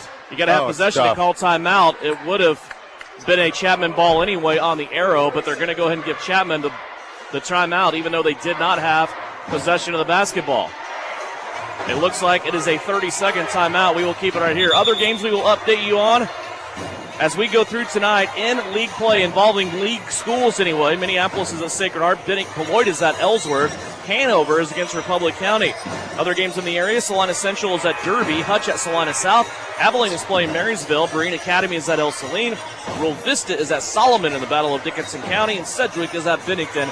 We'll keep a check on those on the Bennington State Bank scoreboard. 41-40. A timeout here by Chapman, saving that possession that they didn't quite have. And they will have the basketball here on a sideline inbounds with 1:01 left to go, leading by 41-40. So obviously if you're Chapman, you're looking to get the ball to Kirkpatrick. I mean, we've seen she's good from the free throw line. She's so strong if she gets the basketball. She can handle it from the outside. She can handle it inside. We see with the basketball right now.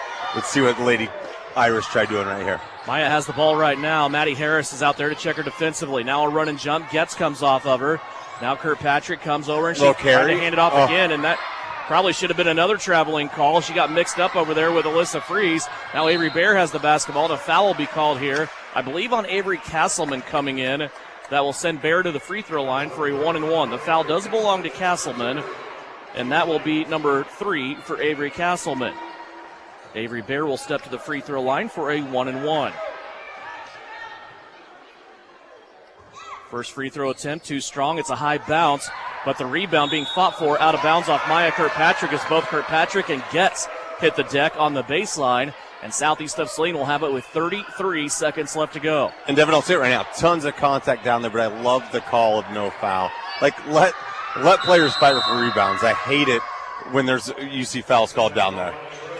Southeast barely got the ball inbounds, and they're going to take a timeout. So let's step away. 31.8 seconds left to go. Southeast with a possession, down by 1. It's a full timeout here on KINA. Winter travel can be treacherous if your tires are worn out. Stay safe with an inspection at Commercial Tire Company. Cold weather also drops the inflation in your tires. Get them checked today to avoid losing grip or damaging your tires. Commercial Tire will help keep you safe. For repairs that aren't tire-related, our automotive and diesel mechanics will fix it right the first time. Commercial Tire Centers, West Crawford and North 9th, Saline. Commercial Tire Centers, where service is everything.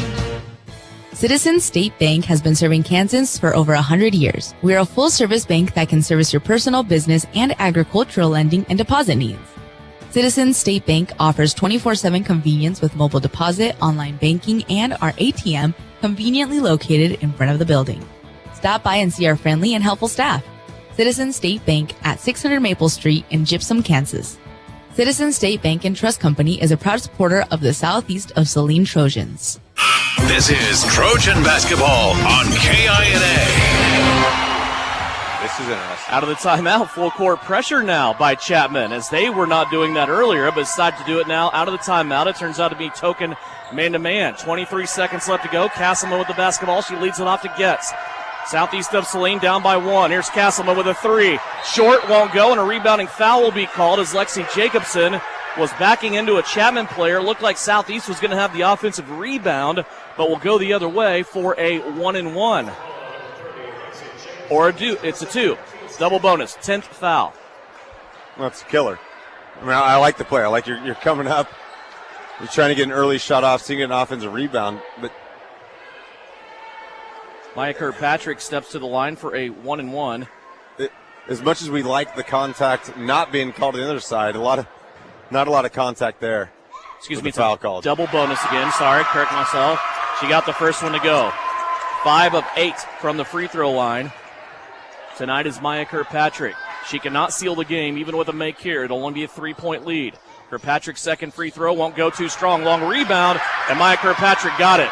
That will help seal the game for Chapman now, as they have to foul Ava Locke, and a foul will send her to the free throw line for 2 free throws as Lexi Jacobson came out with the foul. For Lexi now, that'll be her third, and 2 free throws coming up for Ava Locke. At the free throw line tonight, Ava Locke is 1 of 3. She has 2, and she can seal it with 2 makes. 13 seconds left. Well, it's simple. You cannot give up offensive rebounds on free throws. You've got to take care. You got to put your backside in somebody and go attack the basketball. 2 free throws coming up here. Once again, 42-40. The arrow, if there's a tie-up, in the favor of Chapman, and Locke misses the first free throw. Boy, that last one that Kirkpatrick missed, it came off long and to the left. And Kirkpatrick, the shooter, probably had a better look than anybody, and she beat everybody to the ball. Another free throw miss. Kirkpatrick has the rebound. Wow. Go out of bounds. And they're going to say Southeast ball. 12 seconds left. And I think that's a blessing right there. I don't know if that's the right call. Southeast just got one there. Well, we're going to keep it here. It's a full timeout. Let's talk about this because, in my view, you hope calls even out, right? Bad, good, or indifferent. Without a doubt. I thought Lexi Jacobson on the miss down here by Avery Castleman when Southeast of Saline had the ball. I thought Avery Castleman on the shot, the rebound came off. Lexi Jacobson got punished for blocking out. She blocked the Chapman girl out to the baseline, had her sealed off. And they always say whenever somebody tries to beat you down low, you just turn and you take them out of bounds. Lexi had her back to the Chapman girl as she was blocking out. There was nothing illegal about that play, but yet somehow she gets a foul called on her, and we have to go down to the other end. Luckily for Southeast of Saline, they get the ball back here, and they only had 1 point of damage inflicted upon them. The score at that point, when Lexi got called for that foul, was 41-40. Now it's 42-40, and Southeast has the ball back with 12 seconds left. Yeah, and so here's what you have to do now. 12 seconds left. What do you do? I think you got to get the ball to Maddie Harris, and you have to Maddie Harris penetrate. She's going to have to take the ball 90 feet, and you're looking for help. If anybody comes up and helps gives any kind of help. And I would assume we're going to see some token full court pressure again, but you got to have the ball in Maddie Harris's hand. You're going to win and die with her. You're going to let her make the decision. If she can take the ball to the bucket, maybe draw some context, see what happens, or you dish it out to someone getting ready. And see, if I'm Southeast, I love the fact that Chapman's pressing here because Without it spreads doubt. the floor. It gives you more alleys. They do get the ball into Maddie Harris. Yes, Reagan gets in front of her. Keep going. Maddie comes to the half-court stripe, and she calls timeout. I don't love that. No. 42-40. Maddie had a full head of steam, had Reagan gets for a kick out on her left-hand side, and another timeout here called by Southeast of Saline. 42-40, still our score. Now you lose what I think was an advantage of Chapman pressing and opening up the floor. Now they're going to be back in their half-court defense. And it's one of those things I think maybe you always think about when you're a coach, like how you're going to handle that situation. And maybe you came out of the timeout with the one idea, and then you see that full court pressure, and it completely changes. But you don't want to say, no, you don't have the play called. But here you go. I mean, here's another thing. You have plenty of time, okay? This is an awkward inbounds, but I always hate the sideline inbounds. Yeah. But we've seen good things happen. You can spring somebody loose. We know for a fact that no matter where the basketball is, Kira Jones is going to find herself near it. Right. So you have to figure out a way. Either you're going to attack her or you're going to dish off. I'm thinking right now. I mean, perfect case scenario. Maddie Harris attacks. Jones comes off a help, and you get a Reagan gets in the paint, for a layup to tie this ball game up. I always love the look of this offensively when you screen the screener, right? You appear like you're going to get somebody open, but it's actually the person setting the first screen you're trying to get open, and you screen the screener. Isn't it fun to sit up here and just, with no pressure, and just do all this? We're nitpicking everything apart, and it doesn't matter. We're always going to be right. Yeah, Devin, we're undefeated up here. That's correct. Castleman will have the inbounds with 8.7 seconds left. No timeouts left for Southeast of Saline. They need to get it in clean here. Reagan Getz has it in the middle of the floor. She goes right to Maddie Harris. Harris shoots a three with 5 seconds left and buries it. What? Harris shoots the three with 5 seconds left. There's no time. Chapman did have one timeout remaining. Southeast of Saline was out of timeouts, and it's a full timeout for Chapman, but 2.3 seconds on the clock. Maddie Harris with a three-pointer. It was not the prettiest release in the world, but she buried it and took a 1-point lead for Southeast of Saline. And, Devin, I hate to judge a coach. That's the worst call I've ever seen, what Coach Shauna Smith just drew up. Like, if that's what was drawn up in the huddle, that was horrible. Maddie Harris, fantastic. Yeah. And holy moly. Maddie takes the shot, and I'm like, is she open? Is this early? What? I mean, you're down, so it's never too early, but after what we went through on Tuesday, you don't ever doubt the people wearing purple, right? I mean, it's just you don't do it. Not at all. I mean, Maddie Harris, certified dog. I mean, what we've seen her do. Can we just tell Maddie there's 3 minutes left in the game at the beginning of the game? She goes through this whole game without scoring. And with about 4 minutes left, she's had 7 points in the last 4 minutes. Now, if you're Chapman, one thing you cannot do is foul. You can't foul. You play shadow defense. You let Chapman get the ball in the backcourt, and you let them take a desperation shot with 2.3 seconds left, and you make sure everybody's covered up. And here's what I love the most. Maddie Harris is looking at everybody, like putting her hands down like, you got to chill out. You got to chill out. Are you kidding me, Maddie Harris? No one's chilling out right now, and it's your fault for that shot that you just hit. Is going to wind up and throw this 2/3 the length of the floor. Maya Kirkpatrick trying to get the basketball, and it goes out of bounds. It'll be Southeast of Saline ball. I believe it was touched, so it'll be over on that side of the floor with 0.2 of a second left. Just throw the ball up in the air. There's nothing you can do. And oh, my goodness. 43-42, Southeast of Saline does it again. Maddie Harris dials up a shot from the right-hand side and makes it rain from three-point land.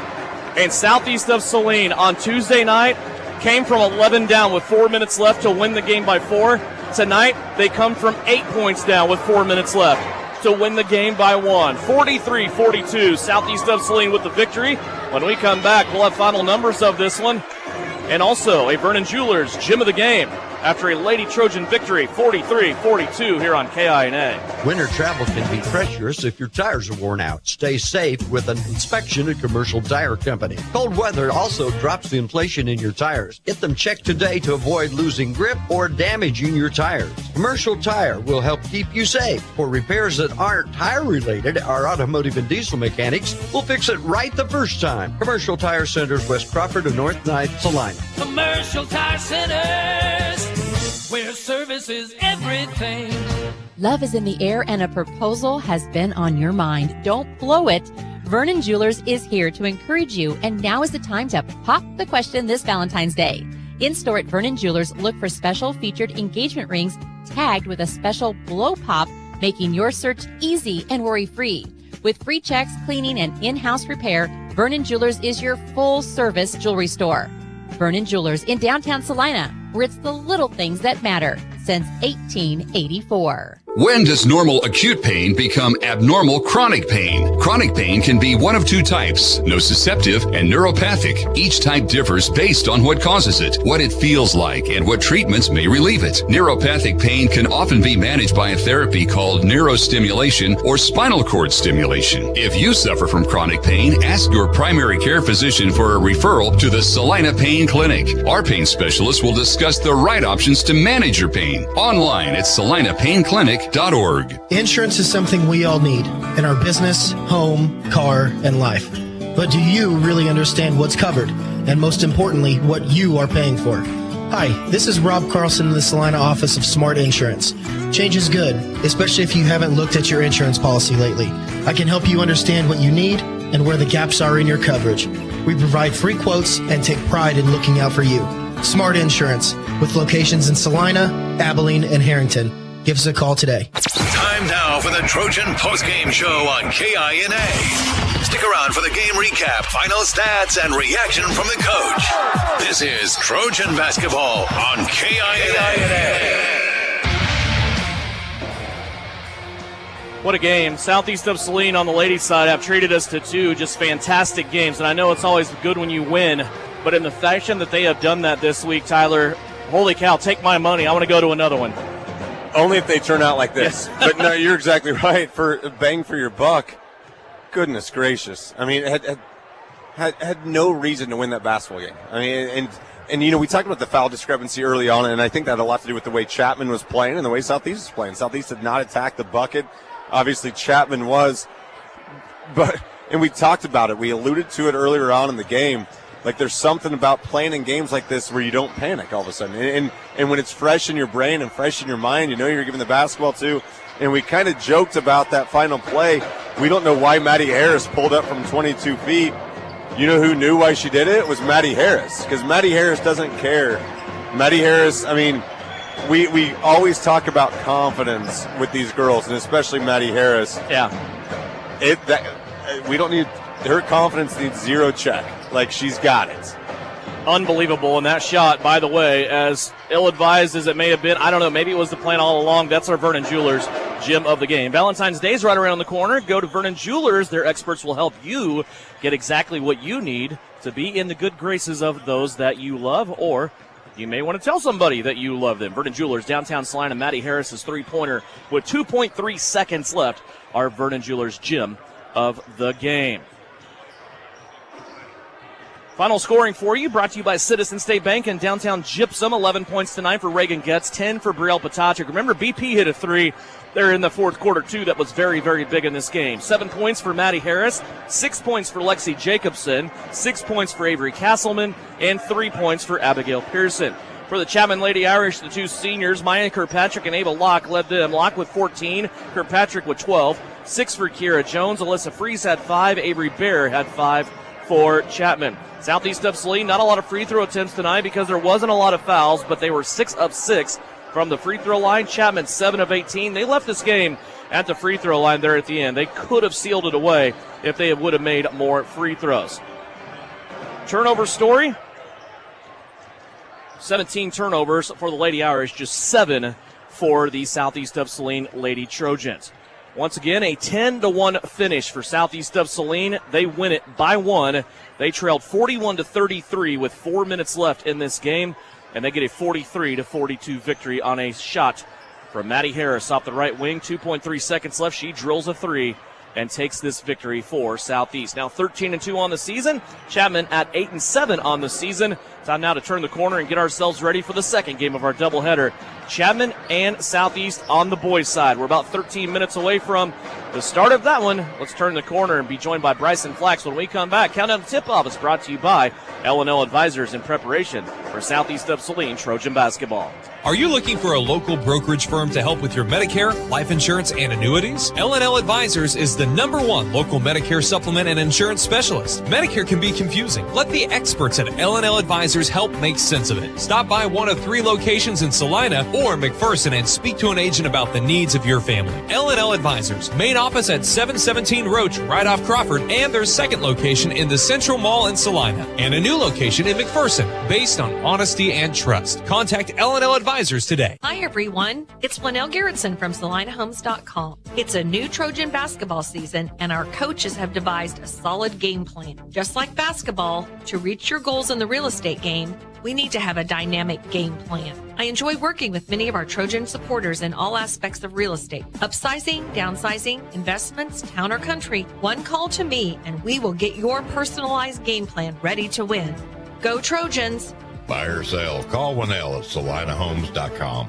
Time now to sit down and talk with Bryson Flax, the head coach of the Southeast of Saline Trojans, as we look forward to the second game of our doubleheader tonight. Of course, it's Southeast of Saline playing against Chapman. And first, Coach, let's look back to your victory on Tuesday night over Sacred Heart. You get the season sweep over the Knights, 66-48 the final score.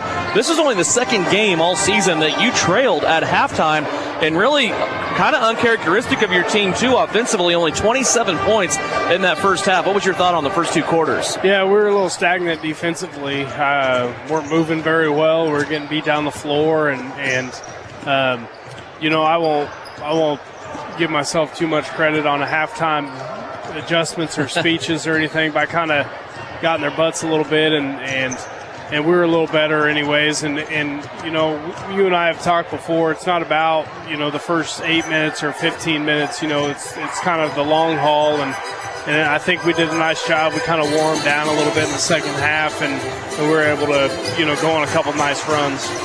Yeah, this was definitely kind of one of those games where you saw you went long periods at a time with your bench players in and just kind of kept switching the guys in and out.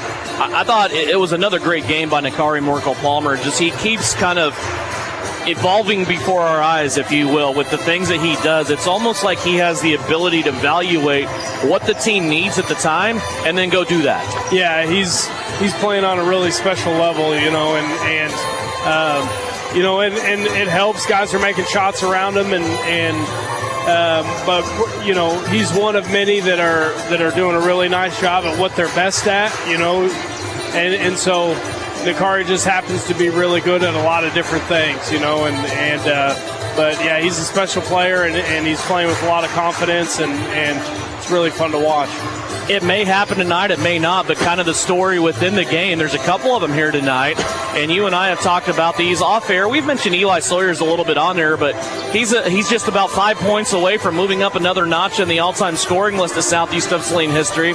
He has a chance to pass Jackson Montgomery tonight, but also Nakari with the assist record. The all-time assist record is held by Ben Murray. Nakari has a chance to beat that, if not tonight, in the next couple of games. Yeah, definitely, and again, both those guys, Eli on the scoring side, he's finally, I feel like he's finally letting the game come to him a little bit, and being a little more selective on some of the shots. And then, he's taking some good perimeter shots as of late, and they're not dropping for him. And then, Nakari, that assist record is 2 things have to happen. 1, you have to be able to see the floor at all times, and 2, guys around you have to be able to make shots. And Nakari's played.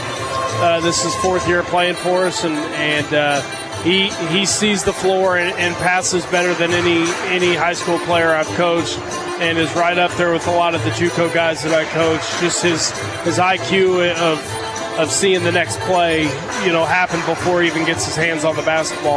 Well, it's funny you say that, too, because I was just kind of thinking earlier today when I was crunching some of these stats, Nakari, paired up with some good scorers in his time, basically right side by side with Eli Sawyer's. Ben Murray has the record. He was paired up with some really good scorers, too. A couple of guys on the list with Easton Montgomery and Jackson Montgomery. It kind of goes all in all. You have that team effort to get those records, don't you? Yeah, definitely, and what I'd like to see I don't know if we'll get there. We got a chance for the most most points in a season on average, the highest percentage, and also the lowest defensive points allowed. Where I think last time I checked, we're about 4 or 5 points off that. So we're going to have to really step up our defense at the tail end of this. But, our guys seem to be fairly locked in. We have some lapses, and again, we're just trying to take care of those in practice and then get out here and put it together. You don't hear this so much anymore like you used to, but you used to hear when teams would go to state or when teams would go to a big gym or the NCAA tournament would roll around and teams were playing in the Final Four and they're in a big thing like Cowboys Stadium or something like that. You'd always hear how it bothered the shooters sometimes because it seemed like the basket was out in midair. There wasn't a wall right behind the basket. This is one of those gyms. I mean, if you're going to have kind of a test facility to go play in a big blown-out gym with not a lot of walls right behind the basket and you don't feel like you're confined, this is a great gym to do that, isn't it? Yeah, definitely. And they tend to play better here. They tend to shoot better here. And obviously they practice here, And so our guys just, getting comfortable with it. And what helps with that is taking high percentage shots. So, we just need to make sure that we're locked in and we're able to, split the zone if they're playing a zone and make the right decision and take and hit high percentage shots. Good luck. We'll talk to you after the game. Thanks, Devin. Bryson Flack, Southeast of Saline Trojans, his guys tonight taking on the Chapman Irish here in Chapman at the District Gymnasium. Opening our doors in 1999, Saline Surgical Hospital specializes in excellence in surgical services and digestive health care. It is the depth of experience and the abilities of the physicians and nurses at Saline Surgical Hospital that make it the ideal place for high-tech and high-touch to unite. Patients tell us, I knew I was in good hands with the friendly and knowledgeable staff at Saline Surgical Hospital. Saline Surgical Hospital is partially owned by a group of local community-involved physicians. Kansas Wesleyan University is proud to offer bachelor's degrees in criminal justice and emergency management with both programs available on campus and online. Graduates have gone on to positions in the Secret Service, various police departments, the Kansas Court of Appeals, and to serve as county officials right here in the Sunflower State. Want to know more? Visit kwu.edu today. That's kwu.edu. Hunters, not only can we fill up your tanks 24/7, but we've stocked ammo for your sporting needs. Our wide variety will get you stocked up. We have new orders coming every week, whether it's opening day or to shoot clay. We've got what you're looking for. We have the largest selection of ammunition in southern Saline County. During regular business hours, you can get your favorite pizza and snacks to have enough energy to win the day. Asaria Oil and Hardware, located in Asaria at the corner of Center and Main. We'll fill you up. Frisbee Construction is a service organization for the commercial grain industry dedicated to giving you the best in planning, the best in quality, and the best of workmanship and overall the best value for your dollar since 1949. Frisbee Construction specializes in new construction as well as remodel and repair of grain handling facilities throughout the Midwest. Frisbee Construction Company in Gypsum has emergency crews available as needed. For more information, go to frisbeeinc.com.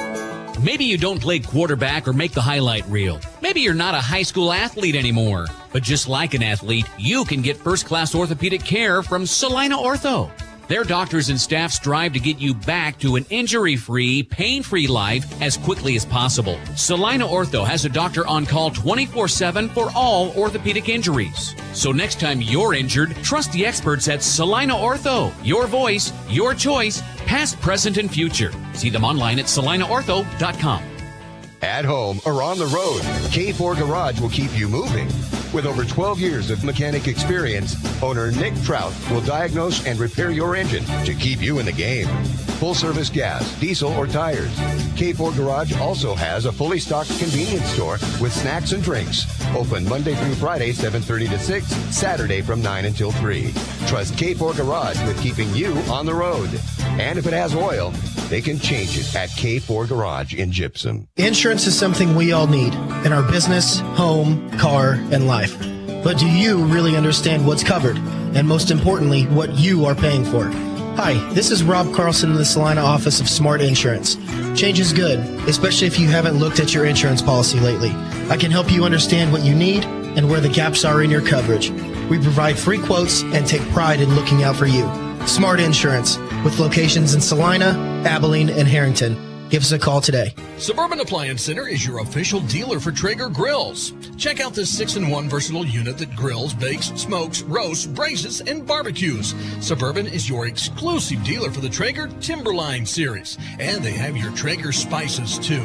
Suburban Appliance Center, they are locally owned and they offer appliance brands like Amana, KitchenAid, Whirlpool, and of course Maytag. Suburban also offers exceptional service.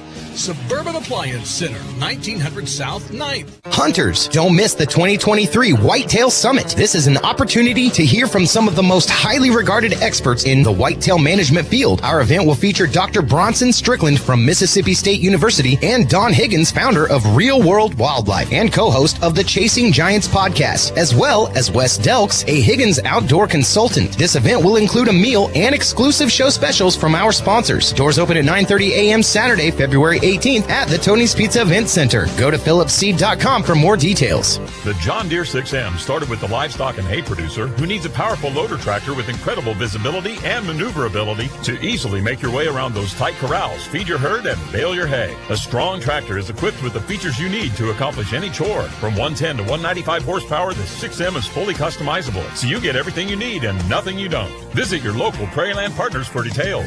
Delivering the right solution. Prairieland Partners. You're listening to Southeast of Saline Hoops on KINA. Back here in Chapman's District Gymnasium, Devin Haney along with Francis Flax. Big Sam Pretty producing and engineering. Brian Dennett providing live stream video. Streaming right now on SalinaPost.com. Thanks to our friends at Salina Surgical Hospital. If you missed it, it's another classic by the Southeast of Saline girls. 43-42. They trailed 41-33 with 4 minutes left. Southeast of Saline finishes the game on a 10-1 run and a game winner by Maddie Harris to win the contest. Now we'll turn our attention to the guys' side. Coming off of a 66-48 victory over the Sacred Heart Knights, Southeast of Saline now will be in pursuit of their 14th win of the season. They will do that against a Chapman team that's kind of finding their way here as of late, Coach. Chapman 4-10 on the season, but half of those wins have come in their last two games. They beat Holton by 5 here at home, then went on the road Tuesday to beat Clay Center by 3 points. And that kind of tells you a little bit about this team because they lost to Clay Center earlier in the month by 20. We'll talk more about that when we come back here on KINA.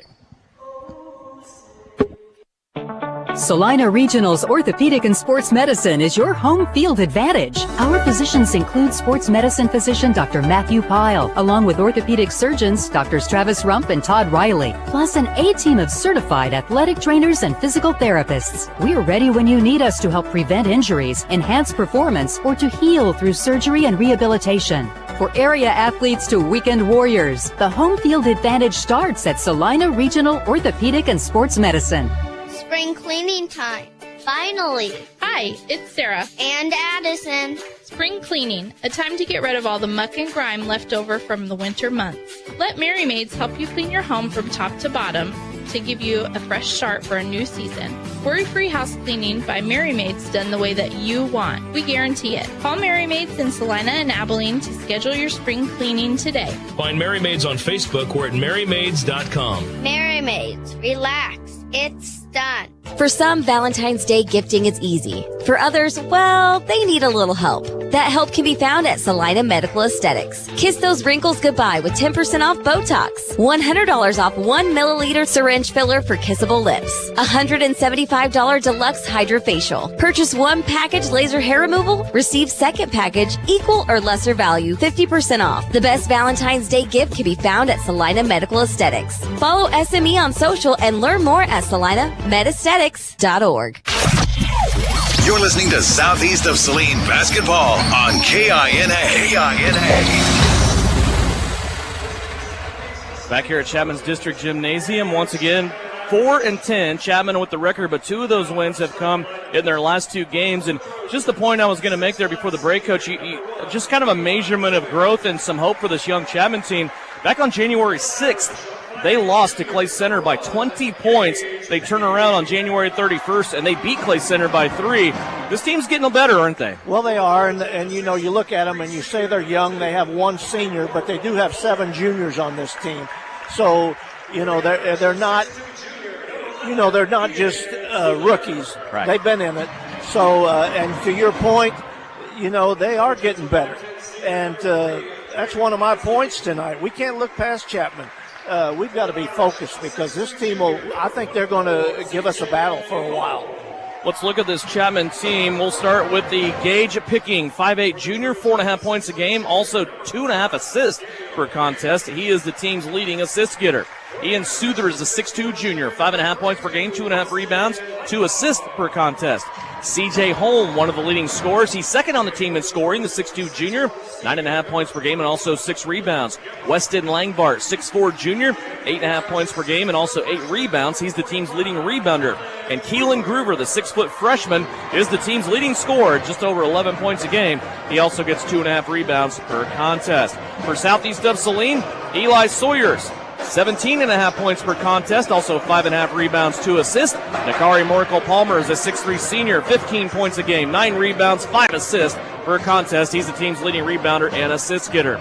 Drake Augustine is a 5'10 senior, 7.5 points per game, 2 rebounds, 3 assists, along with Luke Gebhardt, the 6'1 senior, 7 points, 3 rebounds, 2 assists per contest, and 6-foot junior Daniel Kerr, 3.5 points, 1.5 rebounds, and an assist per game for Southeast of Saline. Again, Chapman comes in 4-10 on the season. Southeast of Saline 13-1. Your keys to success tonight, Coach, brought to you by New Image Audio. I'll make it quick. Don't look past Chapman. Got to be focused. We have to rebound and run, but when we run, we have to finish at the rim. And the last thing is we got to control the tempo of the game with our defense. If our defense creates turnovers, we're lethal. There you go. Here is a jump ball. Sawyers will take it from up high against C.J. Holmes. Southeast of Saline for the second time this year, wearing those lavender jerseys, a la the throwback Kansas State Wildcat jerseys that you see from time to time. Drake Augustine, he'll play it off to the right-hand side to Luke Gebhardt. Now Daniel Kerr, a long three-pointer, hits the front of the rim. That's no good. Langbart with a big box out down low will take the rebound for the Irish. Full court pressure here by Southeast of Saline after the rebound. They get it to Groover. Keelan Groover now floats back to the middle of the floor. Baseball pass to the free throw line. Turned over here by Chapman. Taken away by Augustine. He'll go to Nakari Morkel-Palmer. Backside now to Gebhardt off the feed from Sawyers. And the end one opportunity coming up for Luke Gebhardt. What a find there last second by Sawyers. Well, that's a beautiful fast break. Nakari had it on the left wing. Threw it to Eli streaking down the middle, and the lanes was filled on the right side, and Eli found Luke for a and one. Luke at the free throw line trying to complete the three-point play. Free throw is up, and it's too strong, no good. Rebound taken in for Chapman by C.J. Holm. 2-0, Southeast of Saline. We are just off and running here in the second game of the night. Southeast of Saline's girls won the first game by 1 point. Here's a poke away and a near steal taken away by Eli Sawyers. He chased it all the way to the scorer's table here in front of us, and it will stay with Chapman here on their offensive end. 1 minute in. All the way into the backcourt go the Irish. Souther has it. He's being hounded defensively there by Luke Gebhardt. Now to Groover. Keelan Groover, the freshman, 2.5 rebounds, just over 11 points per contest. He's the team's leading scorer so far this season. Here's Gage Picking, working on the left-hand side. He is defended there by Daniel Kerr. Here's a tip now by Kerr. Langbart trying to save it. You're going to have good luck getting it away from Weston Langbart. Now a three-pointer that goes off the backboard and in from Ian Souther. Yeah, that kid is strong looking, I'll tell you that. He's a big kid. There's a shot now from the outside by Southeast of Saline. Rebound taken in by Chapman. And there comes Groover back the other way. Gets by Augustine. Now plays it back around to Souther. Ends up left-hand wing to Picking. Picking trying to spin off Sawyers. He does so. Now mid-lane to Langbart. Went to make a move. Took too long. Had it poked away. Here comes Gebhardt back the other way. Luke in the middle of the floor. Tried to go back door on the cut to Sawyers. Sawyers said, I want the ball up, not down. And the ball was kicked, and it's going to be baseline inbounds here for Southeast. Well, Luke had a good thought there. If he could have got that pass through there, if the kid hadn't kicked it, I think Eli would have been the bucket anyway. Inbounds comes to Gebhardt. Luke's going to take the baseline, little scoop and shoot. That won't go down. Luke fighting for his own rebound on the backside, and he's going to get it. Now back to Luke from Nakari. Three-pointer on the way. That won't go down. And the rebound taken in by Gage Picking for the Irish. He's in a little bit of a trap now from Augustine and Kerr. He'll get out. Here comes Chapman back across the half-court stripe. Groover stops at the 15-foot mark. His shot is up, no good. Nakari with the rebound. Here comes Nakari, Morikel Palmer. Little hesitation in front of the Chapman bench. Cross-court pass now to Gebhardt. Plays it back top of the circle. Ends in the lane with Sawyers, who turns. And a foul called on the floor against Chapman. Their second. You know, Devin, Luke hit the layup. He missed the layup. I would have liked to have seen him take that shot right there. You could tell he wanted to, but he wasn't confident. Yeah. Augustine set to inbounds. Looking at the process, he's going to get it into Nakari. Now back to Drake Augustine. He'll drive baseline right around Langbart for the layup. And that's good. Lightning quick move there by Drake Augustine for two. It's a nice little baseline move. 4-3. Southeast of Saline takes the lead back. Ian Souther has the lone score for Chapman. It was a three-pointer off the backboard. And now the ball squirts through everybody. And it will go back to Southeast of Saline after Chapman's third turnover.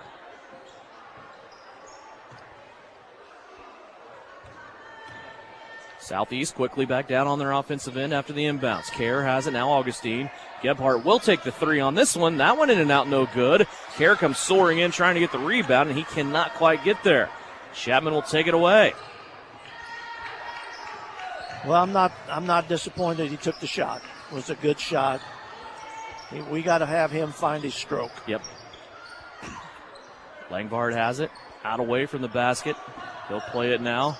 Back to Groover. He goes all the way to the cup, and he's going to be knocked to the court. 2 free throws coming up for Chapman. Keelan Groover will step to the free throw line.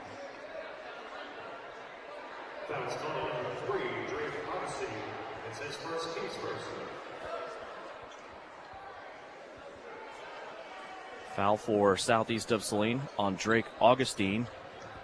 Free throws coming up for Keelan Groover. The freshman's first free throw is up and good. It's a pretty good-looking freshman out there. Yes, he is. A lot of poise, handle the ball very well. His dad is the head coach. Came to Chapman originally to coach the girls, and then last year slid over to the guys' side.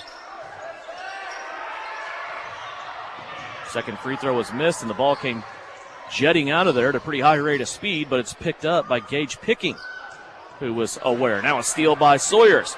He's coming up the floor, lost the basketball, and then has to scramble to get it back. Off to Augustine, out to Nakari, open three. No good off the front of the rim. And Southeast has started out cold from the floor here halfway through the first quarter. It's 4-4.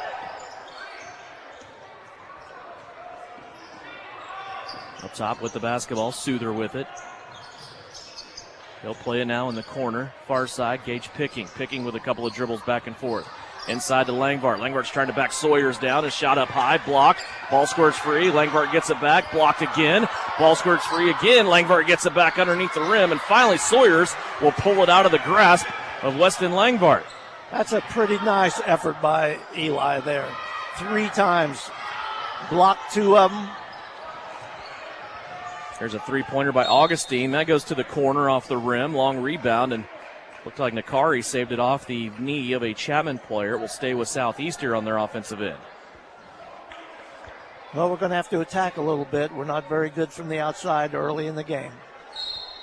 A couple of finals on the girls' side we'll pass along to you when we get a break in the action. 3:25 left to go here, first quarter. Southeast of Saline and Chapman all tied up at 4 points apiece. Sawyers with it in three-point land. Now to Augustine. He'll take another three. That one too strong, no good. Drake coming in, trying to get his own rebound. Now Nakari hits the floor with it. It's going to be pulled out here by Daniel Kerr. Went rolling towards the sideline in front of the Chapman bench. Sawyers inside, a little up and under move with 2. 6-4, Southeast of Saline. Pretty scrappy are the Trojans right now. Jed Moody with it. He's come into the game for Chapman. He'll play it back out in the corner after the drive to Souther. A couple dribbles to his right. He'll nail a jump shot. Ethan Souther has 5. Southeast, though, back down to the rim. Here's Augustine with a floater that kisses the glass and falls home. Now the Trojans saw Chapman celebrating a little bit there and took advantage of it. Easy bucket for Drake. Moody has it, middle of the floor. There's a long three-pointer by Groover, and he nailed it. Boy, his heels were almost on the sideline over there. Keelan Groover with a three. 9-8, Chapman leading by 1. Daniel Kerr trying to answer. His three-pointer won't go. Groover comes crashing in from the backside with the rebound. In the middle of the floor to Langvart. Now back out for a drive from Gage Picking and a foul on the floor that will be called against Daniel Kerr.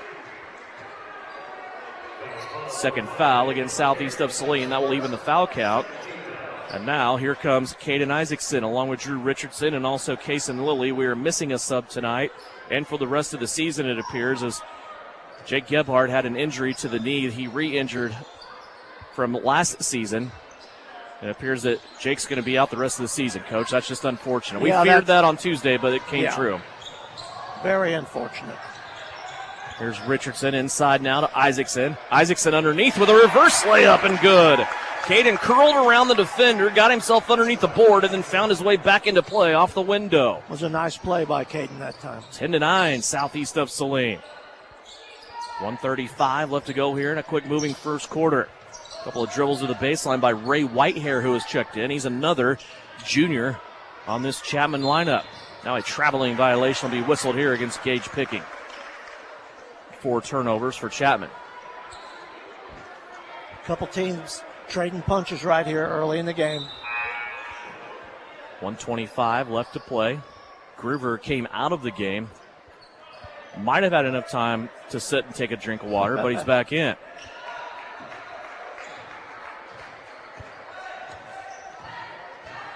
Richardson will bring it across. He'll play it to Kason Lilly. Kason's been on a tear over the last few games. Has the ball here, top of the circle. Fakes left, comes back right to Daniel Kerr.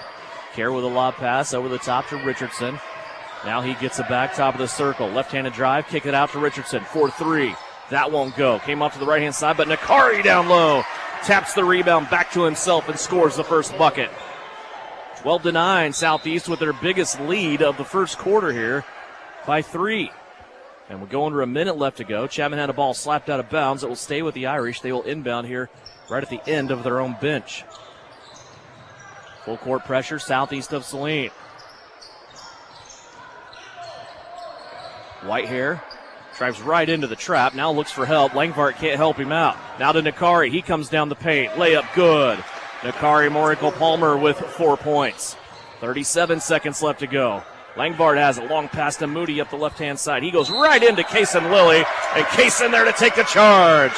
Nice play by Kason Lilly, who takes the charge. Man, I like that. He kept his hands off. He had good position.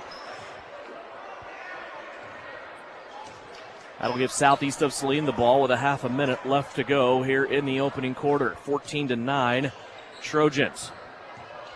Richardson has it, wants to hand off to Nakari. Right in the middle of that mix, though, is Ray Whitehair playing defense for Chapman.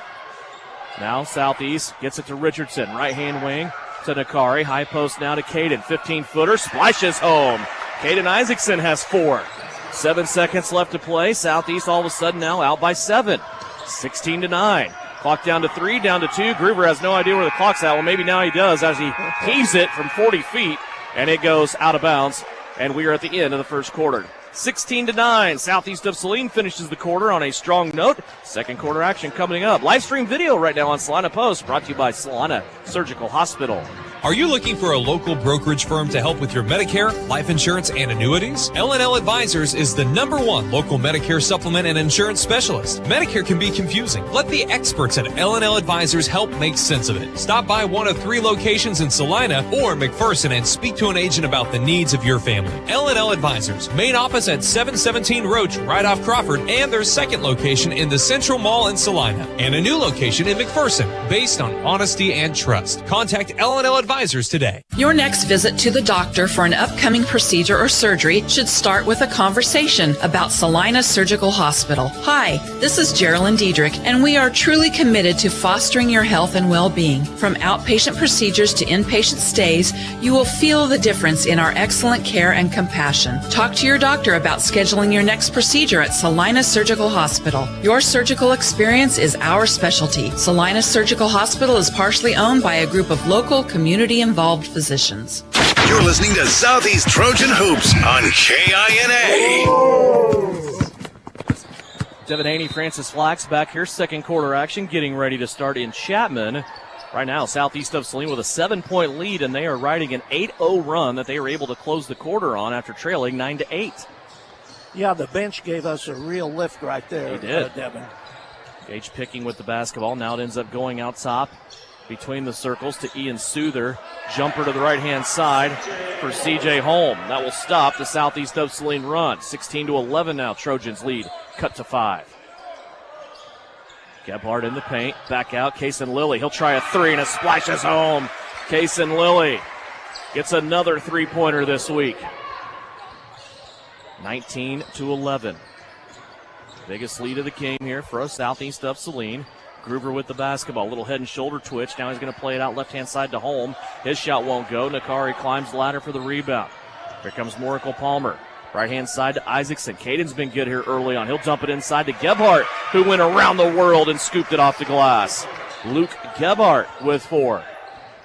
21-11. Now a 10-point lead. Here's a steal by Caden Isaacson.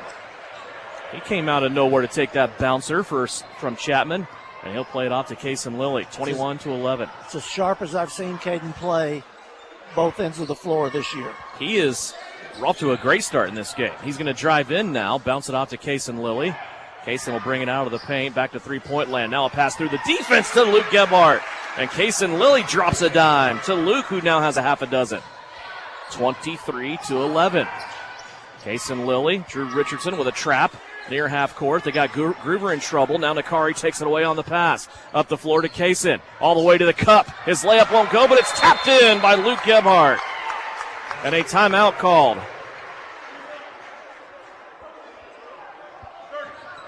I don't know if Chapman wanted that timeout, but they're going to get one. We had a whistle, and now the officials are going to wave that basket off.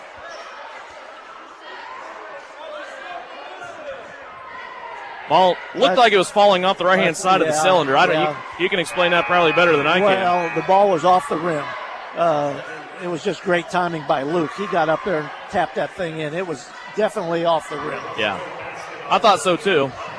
23-11, our score will remain. Chapman in the middle of a timeout now. Where we're sitting, we're almost on a direct line with the goal. Yes. We had a pretty good eye on that.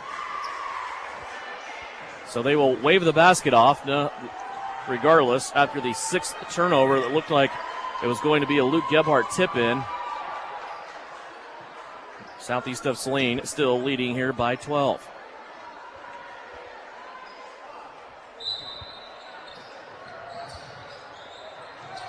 Full court pressure out of the timeout. Southeast kind of little token full court man-to-man here. 2 minutes into the second quarter. Run and jump now. Kaysen Lilly, Drew Richardson there. Now they'll play it to Groover. He gets a high screen. Plays it to Langvart. Weston Langvart with it. Him and Caden Isaacson.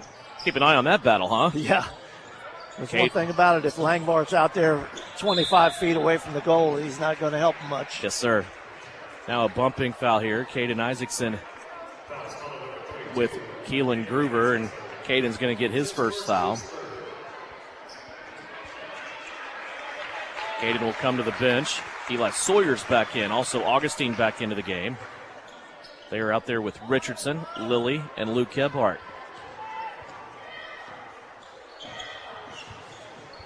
Gage picking. Sets the offense here for Chapman. He'll play it to Ian Souther, who wants to drive. Now a little scoop pass to the outside to Holm. He'll pull up in the paint. That's no good. Rebound tapped out, and Drake Augustine will take it out in three-point land. Back the other way now for Southeast of Saline. Augustine to the right. Sawyer's all the way to the cup. Reverse layup is good. Eli Sawyers has 4. And his march continues up the point ladder for Southeast of Saline. 14-point lead for Southeast. Home with a shot that's a little bit wild, but still goes in off that left-hand side. Good rebound and stick back there for C.J. Holm. 25-13 our score. Augustine in the paint. Scores again. Half a dozen for Augustine. 27-13. 4:45 left to go. Here's a steal now by Drake. Bringing it the other way. Chapman's 7th turnover. Drake all the way to the cup. And a blocking foul will be called on Keelan Gruber. Gruber got back there. He just never really established any kind of territory, and that'll get him his first foul. Foul is called on the floor. Southeast of Saline will inbound and run some baseline offense here.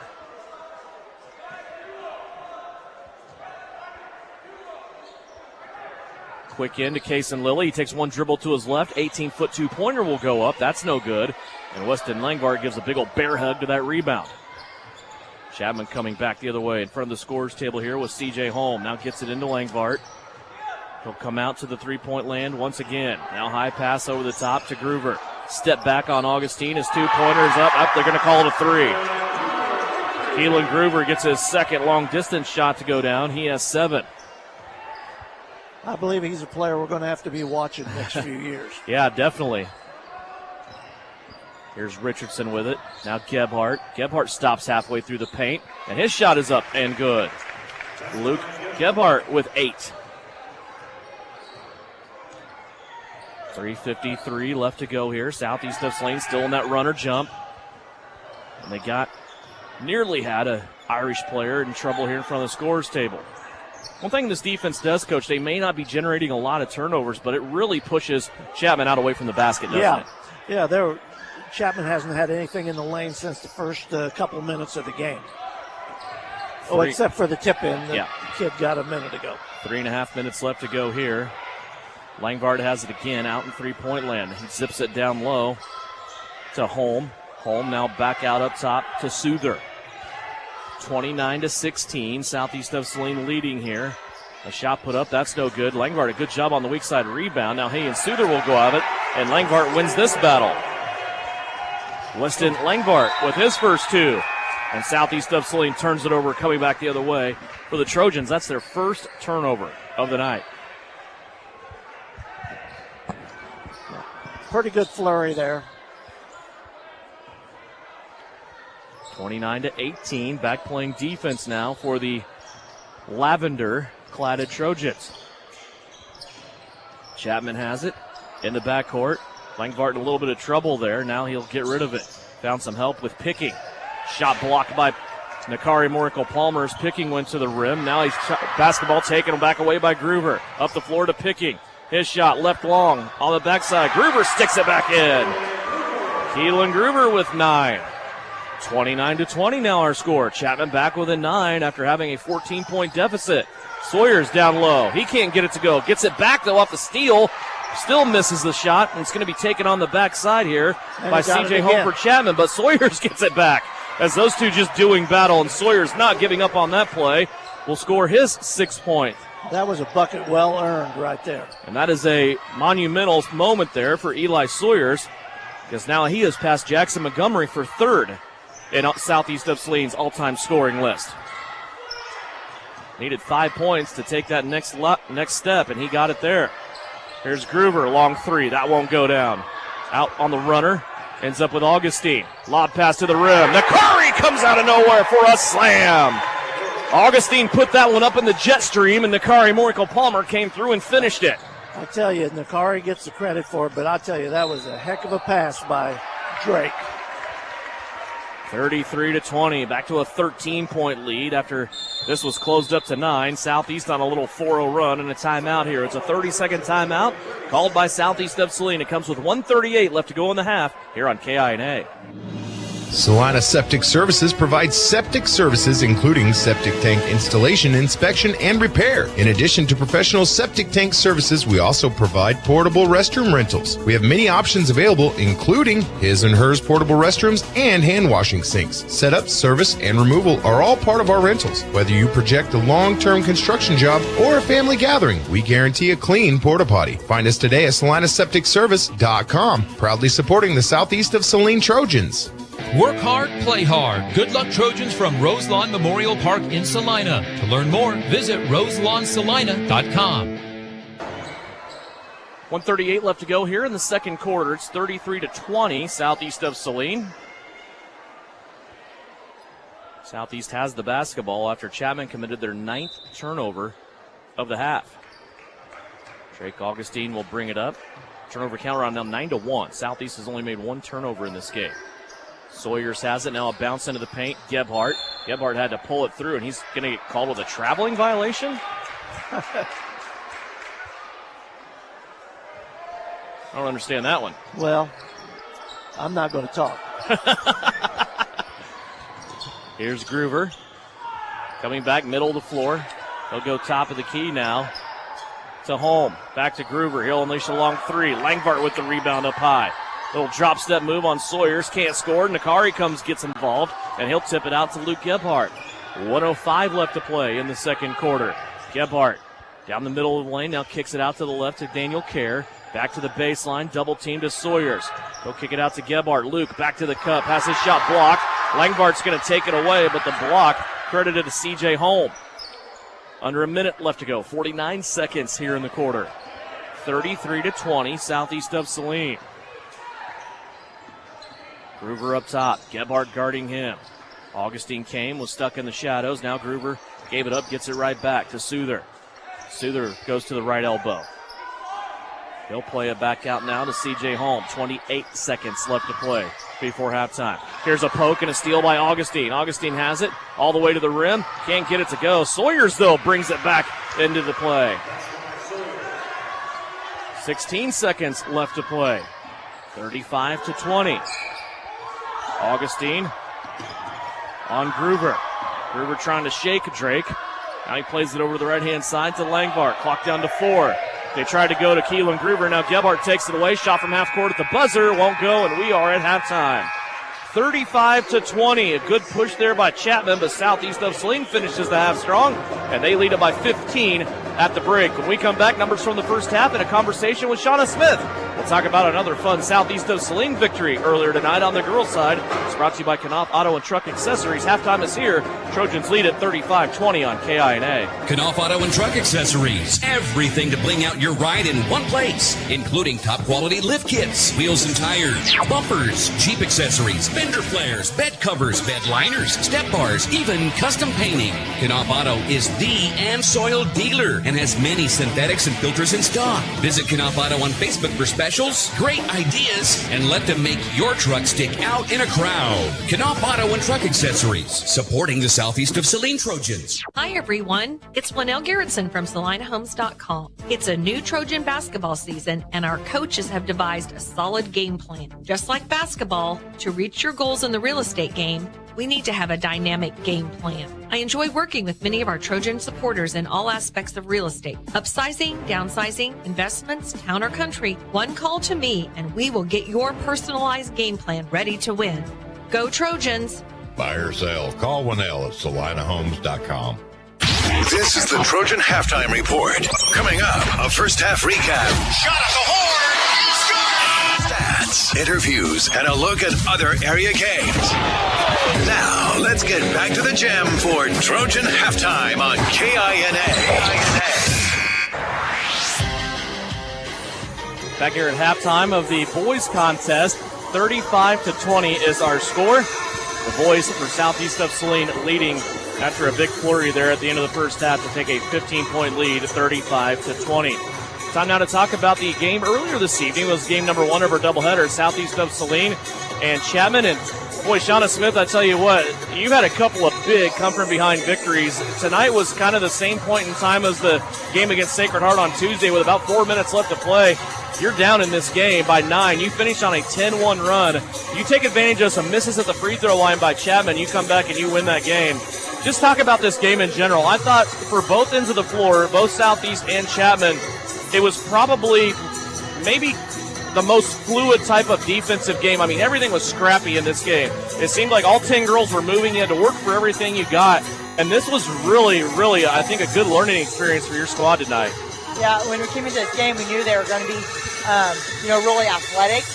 And that's why I told them, we don't want to look at records or anything like that or who they've lost to or beat because just because our size makes us a hard matchup. Yeah.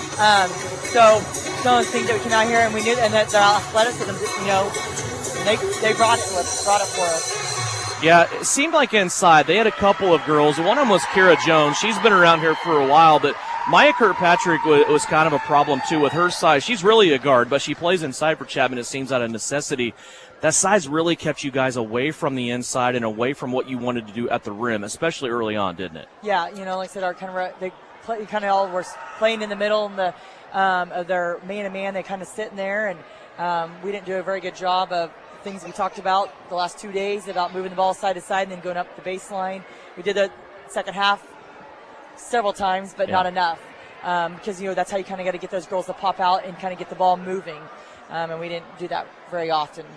From the outside, things were working for you in the first quarter. You get 4 3-pointers, but those shots went away in the second quarter. Just 4 points in the second quarter.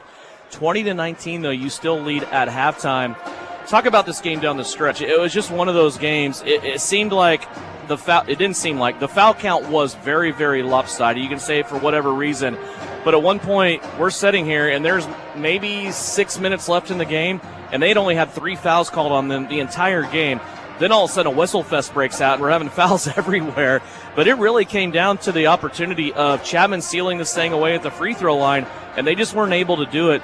Still, your girls, though, had to battle through, really get some tough rebounds. The ball was bouncing, it seemed like, all over the place. There were a lot of 50-50 balls. I remember Abbott Pearson diving for a ball out near the half-court stripe on the sideline. Avery Castleman down here on the baseline twice hit the floor. I mean, it was one of those 50-50 ball nights. And it seemed like your girls had that edge there and were willing to do that extra work. Yeah, that's one thing I never, ever have to ask the girls to ever to go do is to get on the floor. Yeah. And like I said, that always can bring, your enthusiasm, things like that. That can bring a lot to your team when you do those things. And we had that early on.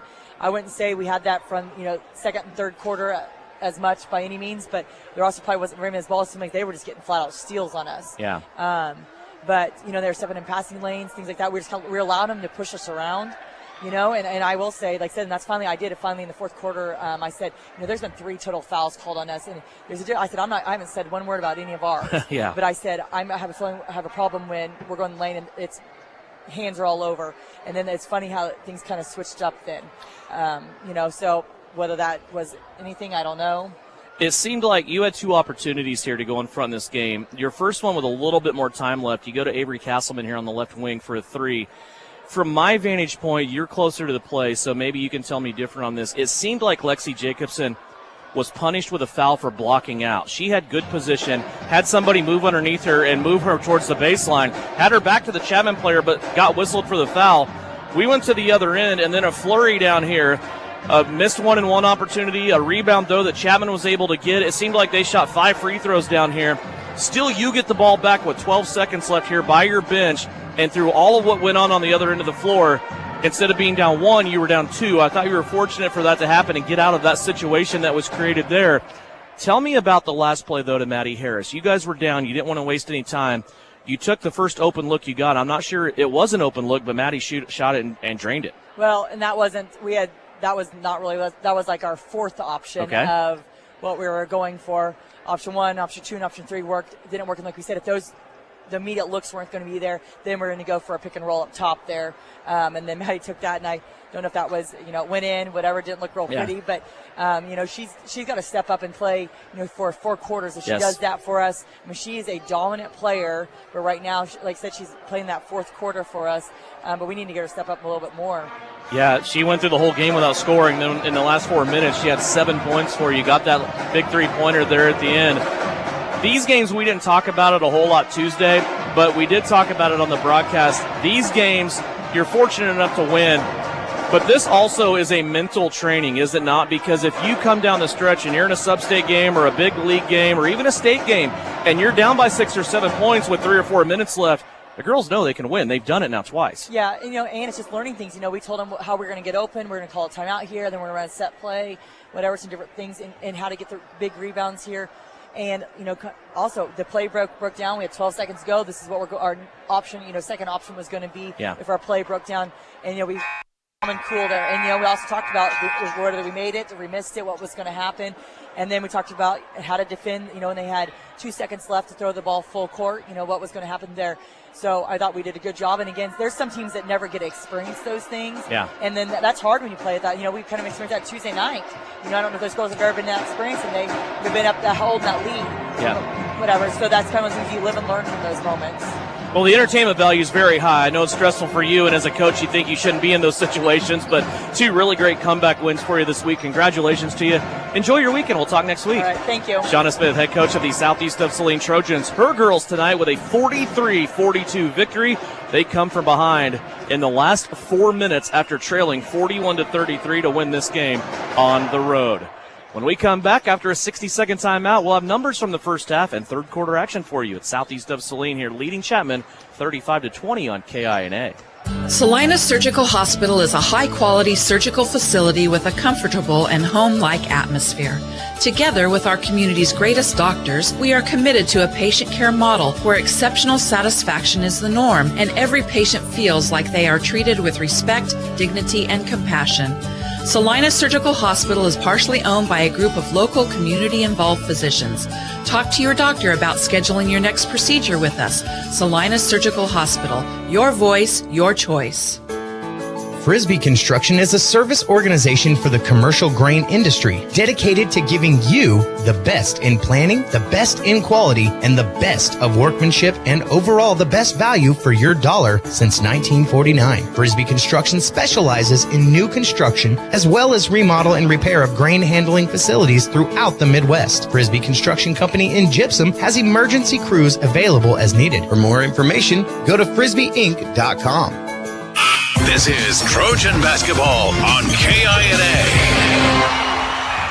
Just about ready for third quarter action. Let's go over scoring from the first half. Brought to you by Citizen State Bank in downtown Gypsum.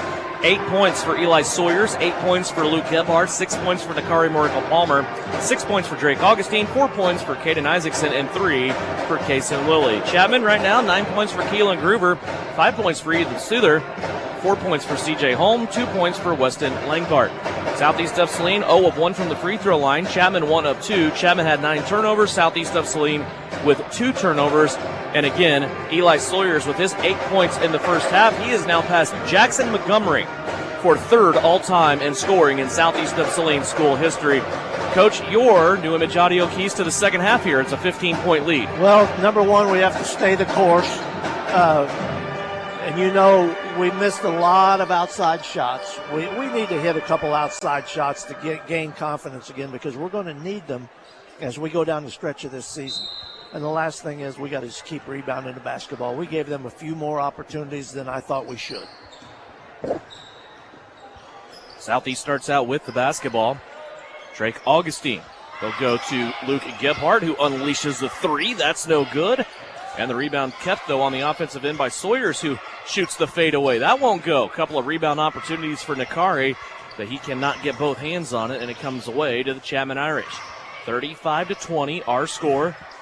Looks like starters on the floor for both teams here as we start the second half. Gage picking with the handoff. Now it's poked away. Sawyers takes it away. Pass to the middle of the floor to Nakari. Miracle Palmer dumps it off right-hand side to Augustine. The layup good.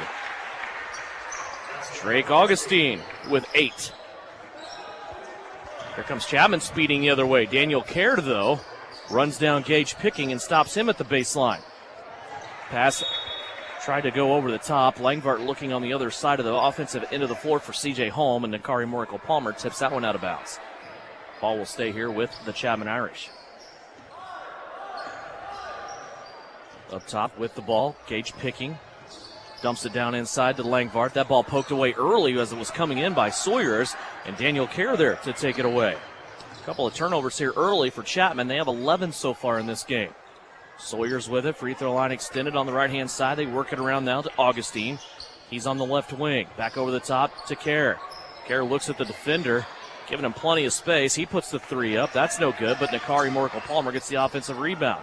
Back inside to Sawyers. Sawyers takes 2 steps to the middle of the paint. That won't go down. Kerr on the putback is good. Danny wasn't on his strong side of the basket. He's a lefty, and he was on that right-hand side, but he was able to get the ball up and in. Yeah, that's It was a good flurry there. We missed a couple outside shots again, though. We got to get that straightened out before we get too far along yet in the second half. Southeast starts the second half on a 4-0 run and a quick full timeout taken by the Chapman Irish. We'll step aside. 6:23 left to go in the third on KINA. Whether on the field, court, or in the operating room, experience matters. A coach loves an experienced team just like a patient values an experienced doctor. Salina Ortho has ABOS board-certified physicians with over 40 years of orthopedic service. If you need help staying active or just want to discuss options regarding the newest techniques and services and specialties that Salina Ortho provides, see one of our trusted physicians or visit salinaortho.com. Salina Ortho, your voice, your choice, past, present, and future. You're telling me your driver turns you on remotely? It feels so good. One gentle touch of a handy remote or mobile app and my motor's running. And don't fret, my little pickup pal. New Image Audio installs these inside trucks too. Oh, yeah. You'll want it when the winter chill hits. A remote start from New Image Audio for cars, trucks, even diesels. All systems remote and cell phone capable. Nationwide coverage. Get yours at New Image Audio on South Broadway. In Salina. You're listening to Southeast of Saline Hoops on KINA. Full court pressure for Southeast of Saline out of the timeout. They create another Chapman turnover. That's third for the Irish here in this third quarter. That's one of those you hope your team doesn't make. It was unforced. Southeast of Saline leading it by 19. Drake Augustine trying to extend that with a three-pointer. That's no good. Gebhardt in there battling for the rebound, and a foul will be called against Daniel Kerr. Danny trying to tie up Langvard on the inside, and they're going to say Kerr fouled him. One of the best girls matchups in small school basketball, Hillsboro and Heston. They're going at it again tonight, and they are tied at 29 going into overtime. That's a low-scoring game. That's a low-scoring game. Checking your Bennington State Bank there. River up top. Augustine getting called for the foul, reaching in. Well, they got him on the second one this time. I think he fouled him out front and then got him again on the drive.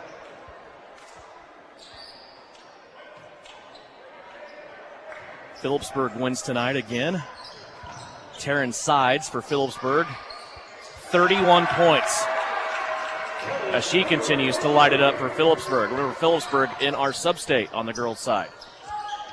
Long three there by Gruber, and it's answered by Daniel Kerr. Thank you, Danny. We needed that one. Yes, sir.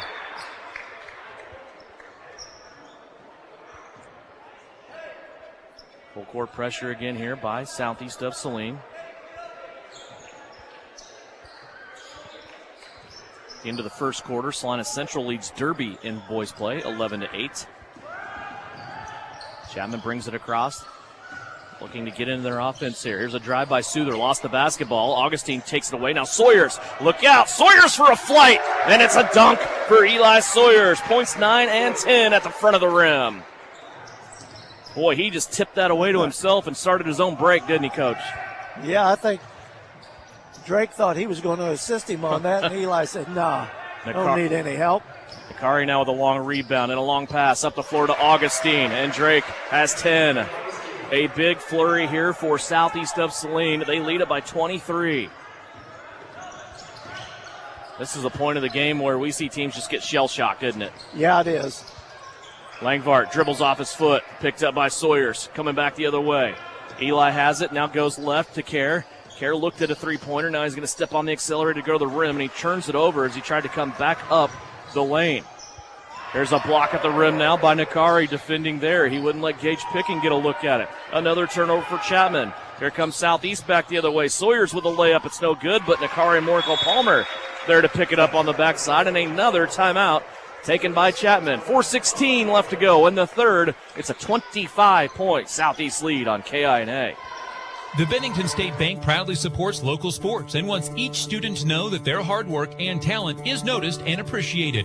At Bennington State Bank, they care about local communities and are committed to fostering long-term relationships through the delivery of excellent customer service, integrity, and fairness. From helping local businesses acquire relief loans to supporting community youth and nonprofits to helping you purchase your dream home or invest in your future, Bennington State Bank is here to help. Give them a call to experience exceptional banking with hometown service. Bennington State Bank, your trusted hometown bank. Member FDIC. You're listening to Southeast of Saline basketball on KINA.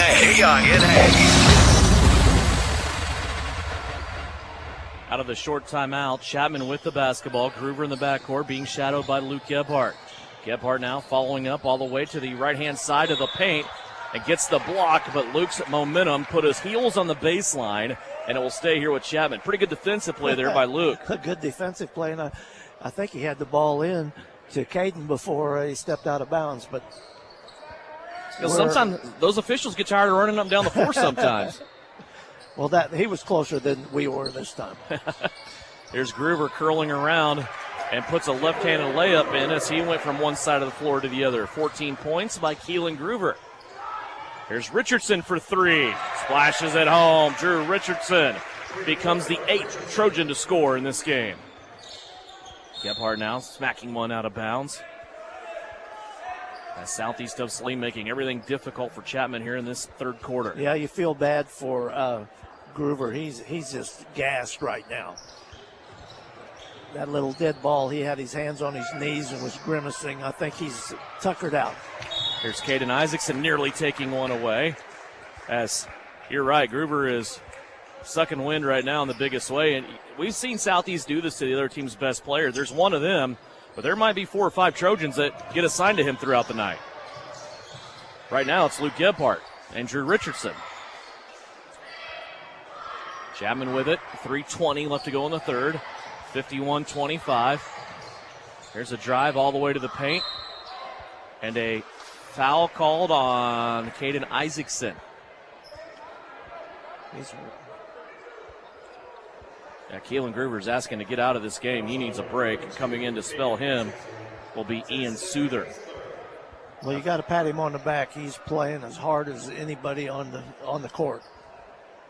Both ends. That foul on Isaacson was his second for Southeast of Saline.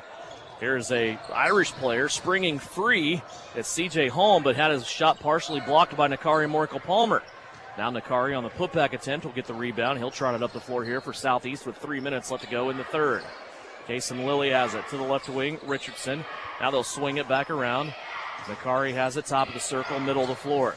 There's Richardson on a little drive. He'll collect 2 defenders. Now play it to Luke Gebhardt. 2:49 left to play. 51-25. Southeast has Chapman doubled up here. Kason Lilly, long three-pointer. Hits the front of the rim, the backboard, and in. 2 3-pointers now for Kason Lilly. Use it all. 54-25. It has grown to a 29-point lead. Souther trying to drive. Big hop into the lane. Now a reverse and a shot up and good. Pretty move there by Ian Souther. 54-27, 2:16 left to play here in the third. Nakari steps back for a baseline three. That won't go down. Rebound taken by C.J. Holm for Chapman in the middle of the paint. He'll play it out now to Souther. Souther being shadowed by Nakari Morkel-Palmer. Now here comes Caden Isaacson. He'll get the tap and the steal. Now looking up the floor, and a foul is going to stop a Southeast break. Foul on Chapman after the takeaway by Caden Isaacson. 6 turnovers forced here by Southeast of Saline's defense in the third quarter. Weston Langvart will check back in. He will replace Ray Whitehair. That foul for Chapman was on Ian Souther, his first. Kason Lilly plays it to the right. Richardson, now Luke Gebhardt. 1:52 left to go. Here's Gebhardt driving to the rim. Tried to go up and under Langvart. Luke with a little bit of smile on his face. He probably knew not to challenge Godzilla in there, didn't he? That was like going through a roadblock. There's Souther wanting to drive on the right-hand side. Caden Isaacson there to deny it. They're going to call jump balls. Caden was on top of the basketball and tied him up going to the baseline. The arrow will keep it with Chapman. Drake Augustine wants to re-enter the contest. Britton Leeds is in there. And Augustine will replace Luke Gebhardt. Inside, Langvart will step through move, can't get it to go, gets his own rebound, turns back off the window, can't score. And now the ball taken away by Caden Isaacson. 54-27. Inside a minute and a half left to go. Here's Leeds wide open underneath the cup. Kason Lilly found him. And Brenton Leeds gets a deuce. 1:12 left to go. And a traveling violation here. Whistled against Souther. Got the ball caught on his left hip. We're going to see more of this, right, with Jake Gebhardt out with the injury. Yeah, I think so. More guys like Brenton Leeds, more guys like Connor Castleman, more guys like that coming in, contributing and having a chance to get more varsity minutes. There's Kason Lilly for three. That's his third one of the night. 9 points for Lilly. 59-27, a 32-point advantage. And that'll make our fourth quarter a lot quicker. Chapman stepped out of bounds inside a Southeast of Saline trap right here in front of the scorer's table.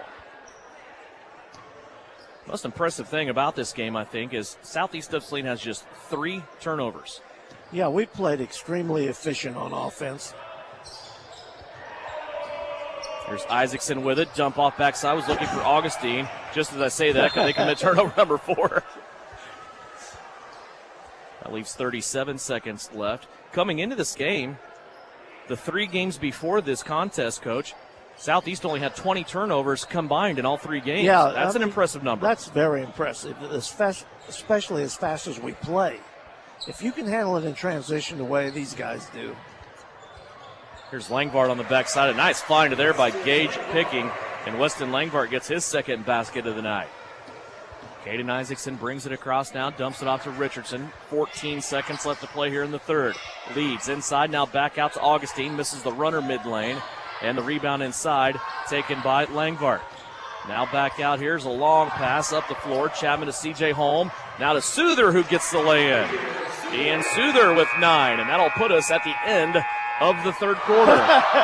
59-31 our score as we go to the end of the third. Fourth quarter action coming up after this. It's Trojan basketball. They lead it here on KINA. Knauf Auto and Truck Accessories. Everything to bling out your ride in one place, including top quality lift kits, wheels and tires, bumpers, Jeep accessories, fender flares, bed covers, bed liners, step bars, even custom painting. Knauf Auto is the and soil dealer and has many synthetics and filters in stock. Visit Knauf Auto on Facebook for specials, great ideas, and let them make your truck stick out in a crowd.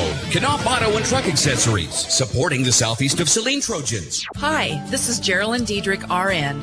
If you are planning on having surgery, it is an important decision, and finding qualified care for surgical needs is essential. At Saline Surgical Hospital, our board-certified surgeons and specialized team provide professional warmth in an intimate, home-like recovery care area. Talk to your doctor about scheduling your next procedure with us. Your surgical experience is our specialty. Saline Surgical Hospital is partially owned by a group of local, community-involved physicians. You're listening to Southeast Trojan Hoops on KINA. 59-31 our score. Southeast of Saline leading it here big at Chapman right now. It's a plethora of scoring for Southeast of Saline. Couple of guys, Augustine and Sawyers with 10. Kason Lilly with 9. 8 points for Luke Gebhardt. It's just kind of all over the place right now. There have been 9 different Trojans score in this game. Yeah, and we outscored them, of course, 7 in the first quarter. I think it was 8 in the second quarter and 13 in this third quarter. So we kind of blew it off right there. Caden Isaacson with it. Free throw line extended out to the right-hand side. He'll play it now to Richardson, who's in the keyhole. Back out to Lilly. Over left now to Sawyers. Kason, long shot downtown. Won't go. Misses off to the left. Langvart and Isaacson battling for the rebound, and Langvart will control it. 30 seconds into the fourth. Groover back out there on the floor. He has the deep post entry down to Langvart. Back out to Keelan Groover. 4-3. Got it. And when his shot goes in, Coach, it barely hits the net. I tell you, that's a good player, man.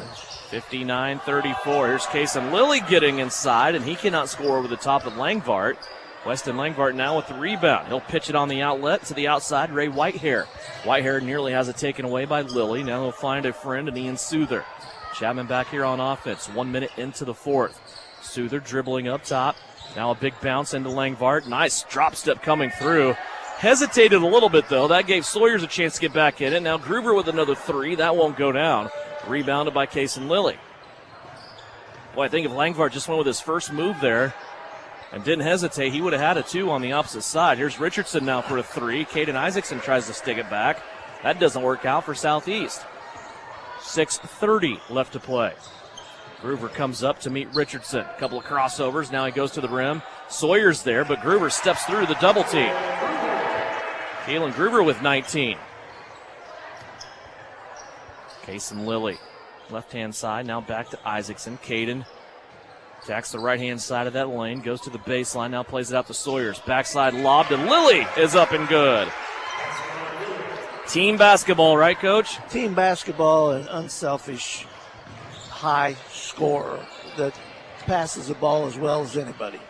Here's Souther on a scoop. Tried to score, could not. Now Sawyers pulls it away. Eli Sawyers on the right-hand side. One-handed pass to Kason Lilly. His 3 won't go down. Rebound inside being fought for. Isaacson's on the ground. Chapman will pull it away. Nice play there by C.J. Holm. Up the floor, here come the Irish. 5:30 left to go, 61-36. Southeast led by 32 at one point. Whitehair goes to the left-hand side. Now he'll play it off to Souther. Souther's three-pointer won't go down. Ball on the floor, picked up by Nakari. 3-on-3 break. Chapman back good on defense here. Nakari, though, will stop and play it back out to Kason Lilly. Now back to Nakari for 3. That won't go down. Caden Isaacson comes crashing through and knocks the ball out of bounds. It will go to Chapman.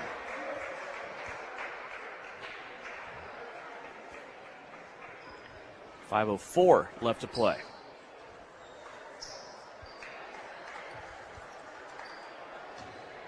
(61-36).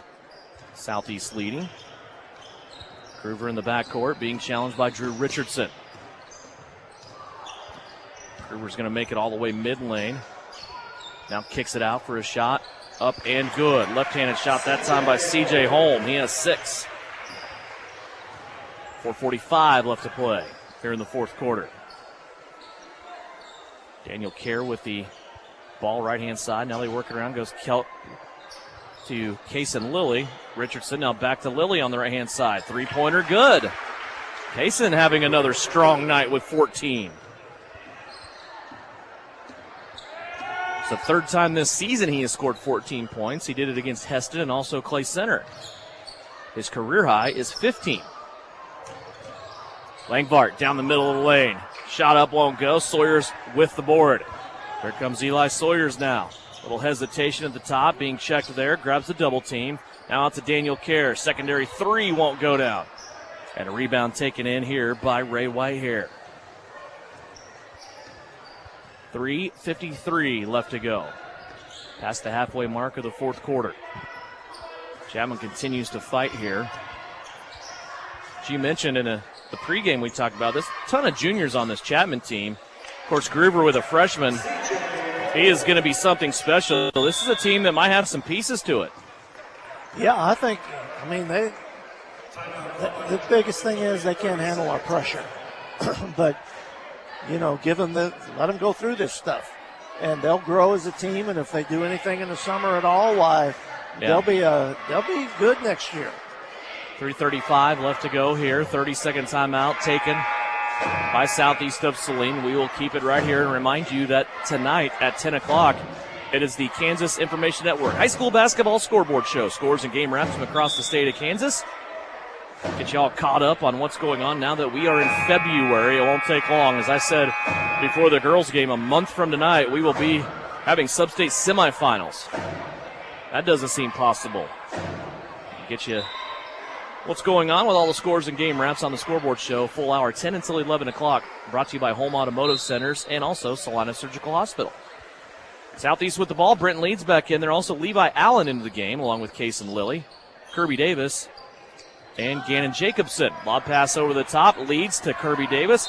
Missed the shot on the right-hand side. And a foul called here, I believe, against Chapman. It will go against Ray Whitehair. Just the second team foul on Chapman. 5 fouls called total here in this second half. Levi Allen will do the inbounding honors. They'll go high post to Kirby Davis, who stops at the elbow. Now Kason Lilly all the way to the cup. Blocked, though, up high by C.J. Holm, and now a foul called against Southeast. Britton Leeds gets the foul. That's his first. Full court pressure here by Southeast of Saline. Now they'll retreat. Pick up man-to-man. Souther brings it across the timeline. They'll go to the left-hand side now. Turn, still dribbling. Now he gets rid of it to Jed Moody. Chapman has it down low, but a double team there. Now a nice pass across the paint, and a shot by Ray Whitehair that's up and good. First bench points for Chapman tonight.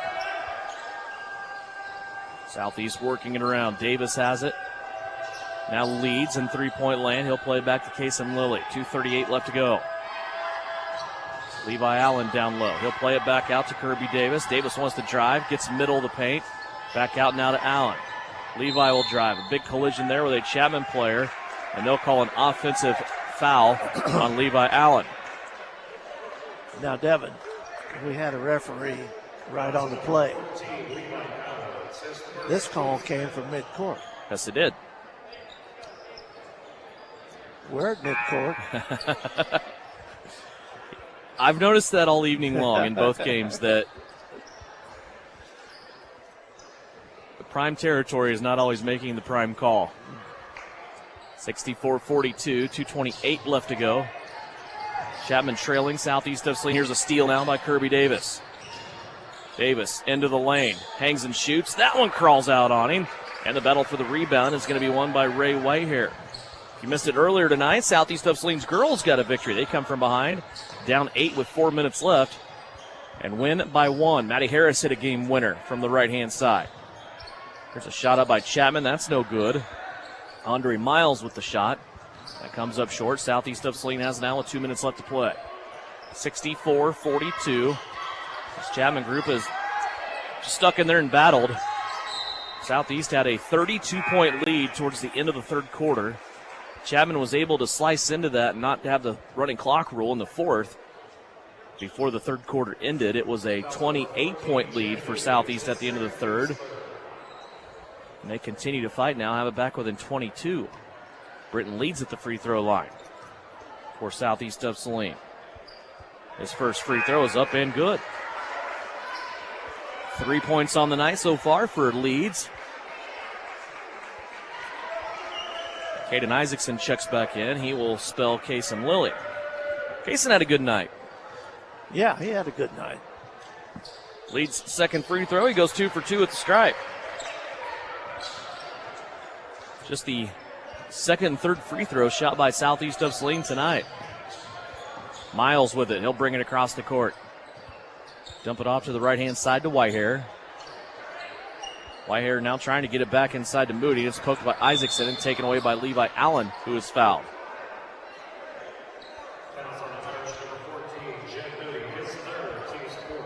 I think we were looking for something there. If we could have got that cleared, I think we would have saw a young kid, number 35, go up and dunk one. Yep. He's capable. I hear. Inside Isaacson. They're going to say he traveled with it. A lot of contact inside. Caden tried to hold everybody off, but got called with the travel. 66-42. 1:20 left to play. Here comes Aiden Munoz with it. He'll go back to the middle of the floor. To Miles. Now to Moody on the left. Jacobson tips the basketball away. Now it's loose. It'll be picked up, though, by Whitehair. Now Moody, a baseline shot. High rebound on the backside, taken in by Gannon Jacobson. Up the floor, here comes Levi Allen. He'll make his way back to the center. Kirby Davis now up top. Try to get rid of his defender. Now he goes backside to Allen, and the ball out of bounds. Southeast turns it over.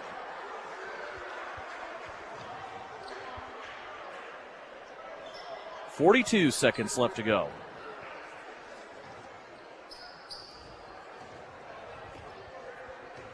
Miles with it. So we close out this one. So one thing about it, you said that Chapman's hung in there, which is great, because I like to see these guys play without a running clock. Yeah, it's really kind of cheats the other guys, doesn't it? The guys that don't start and get a lot of playing time, even though the game may not be in question, still like to see these guys get some varsity minutes. Right. And these are real varsity minutes here. A couple of balls poked out of bounds here. Chapman will move to 4-11 after this game. They'd won 2 in a row. That'll break that little mini win streak. Meanwhile, Southeast of Saline now will go to 14-1. 20 seconds left to go. 66-42. Here's Caden Isaacson still creating havoc all the way to the end. Munoz gets to the free throw line. He'll play it out to the right. Miles now. He'll take a drive mid lane. Now he's stuck. 4 seconds left. Whitehair has it. He'll give it up at the buzzer. Miles with a shot, and that will be the end of this contest. 66-42. Our final score, Southeast of Saline gets a victory on the road. It's their 14th of the season as they defeat the Chapman Irish 66-42. When we come back, we'll have a Vernon Jewelers Gym of the Game, also final numbers and a conversation with head coach Bryson Flax. It's all coming up in postgame. It's brought to you by Commercial Tire Centers after a 66-42 Southeast of Saline victory on KINA.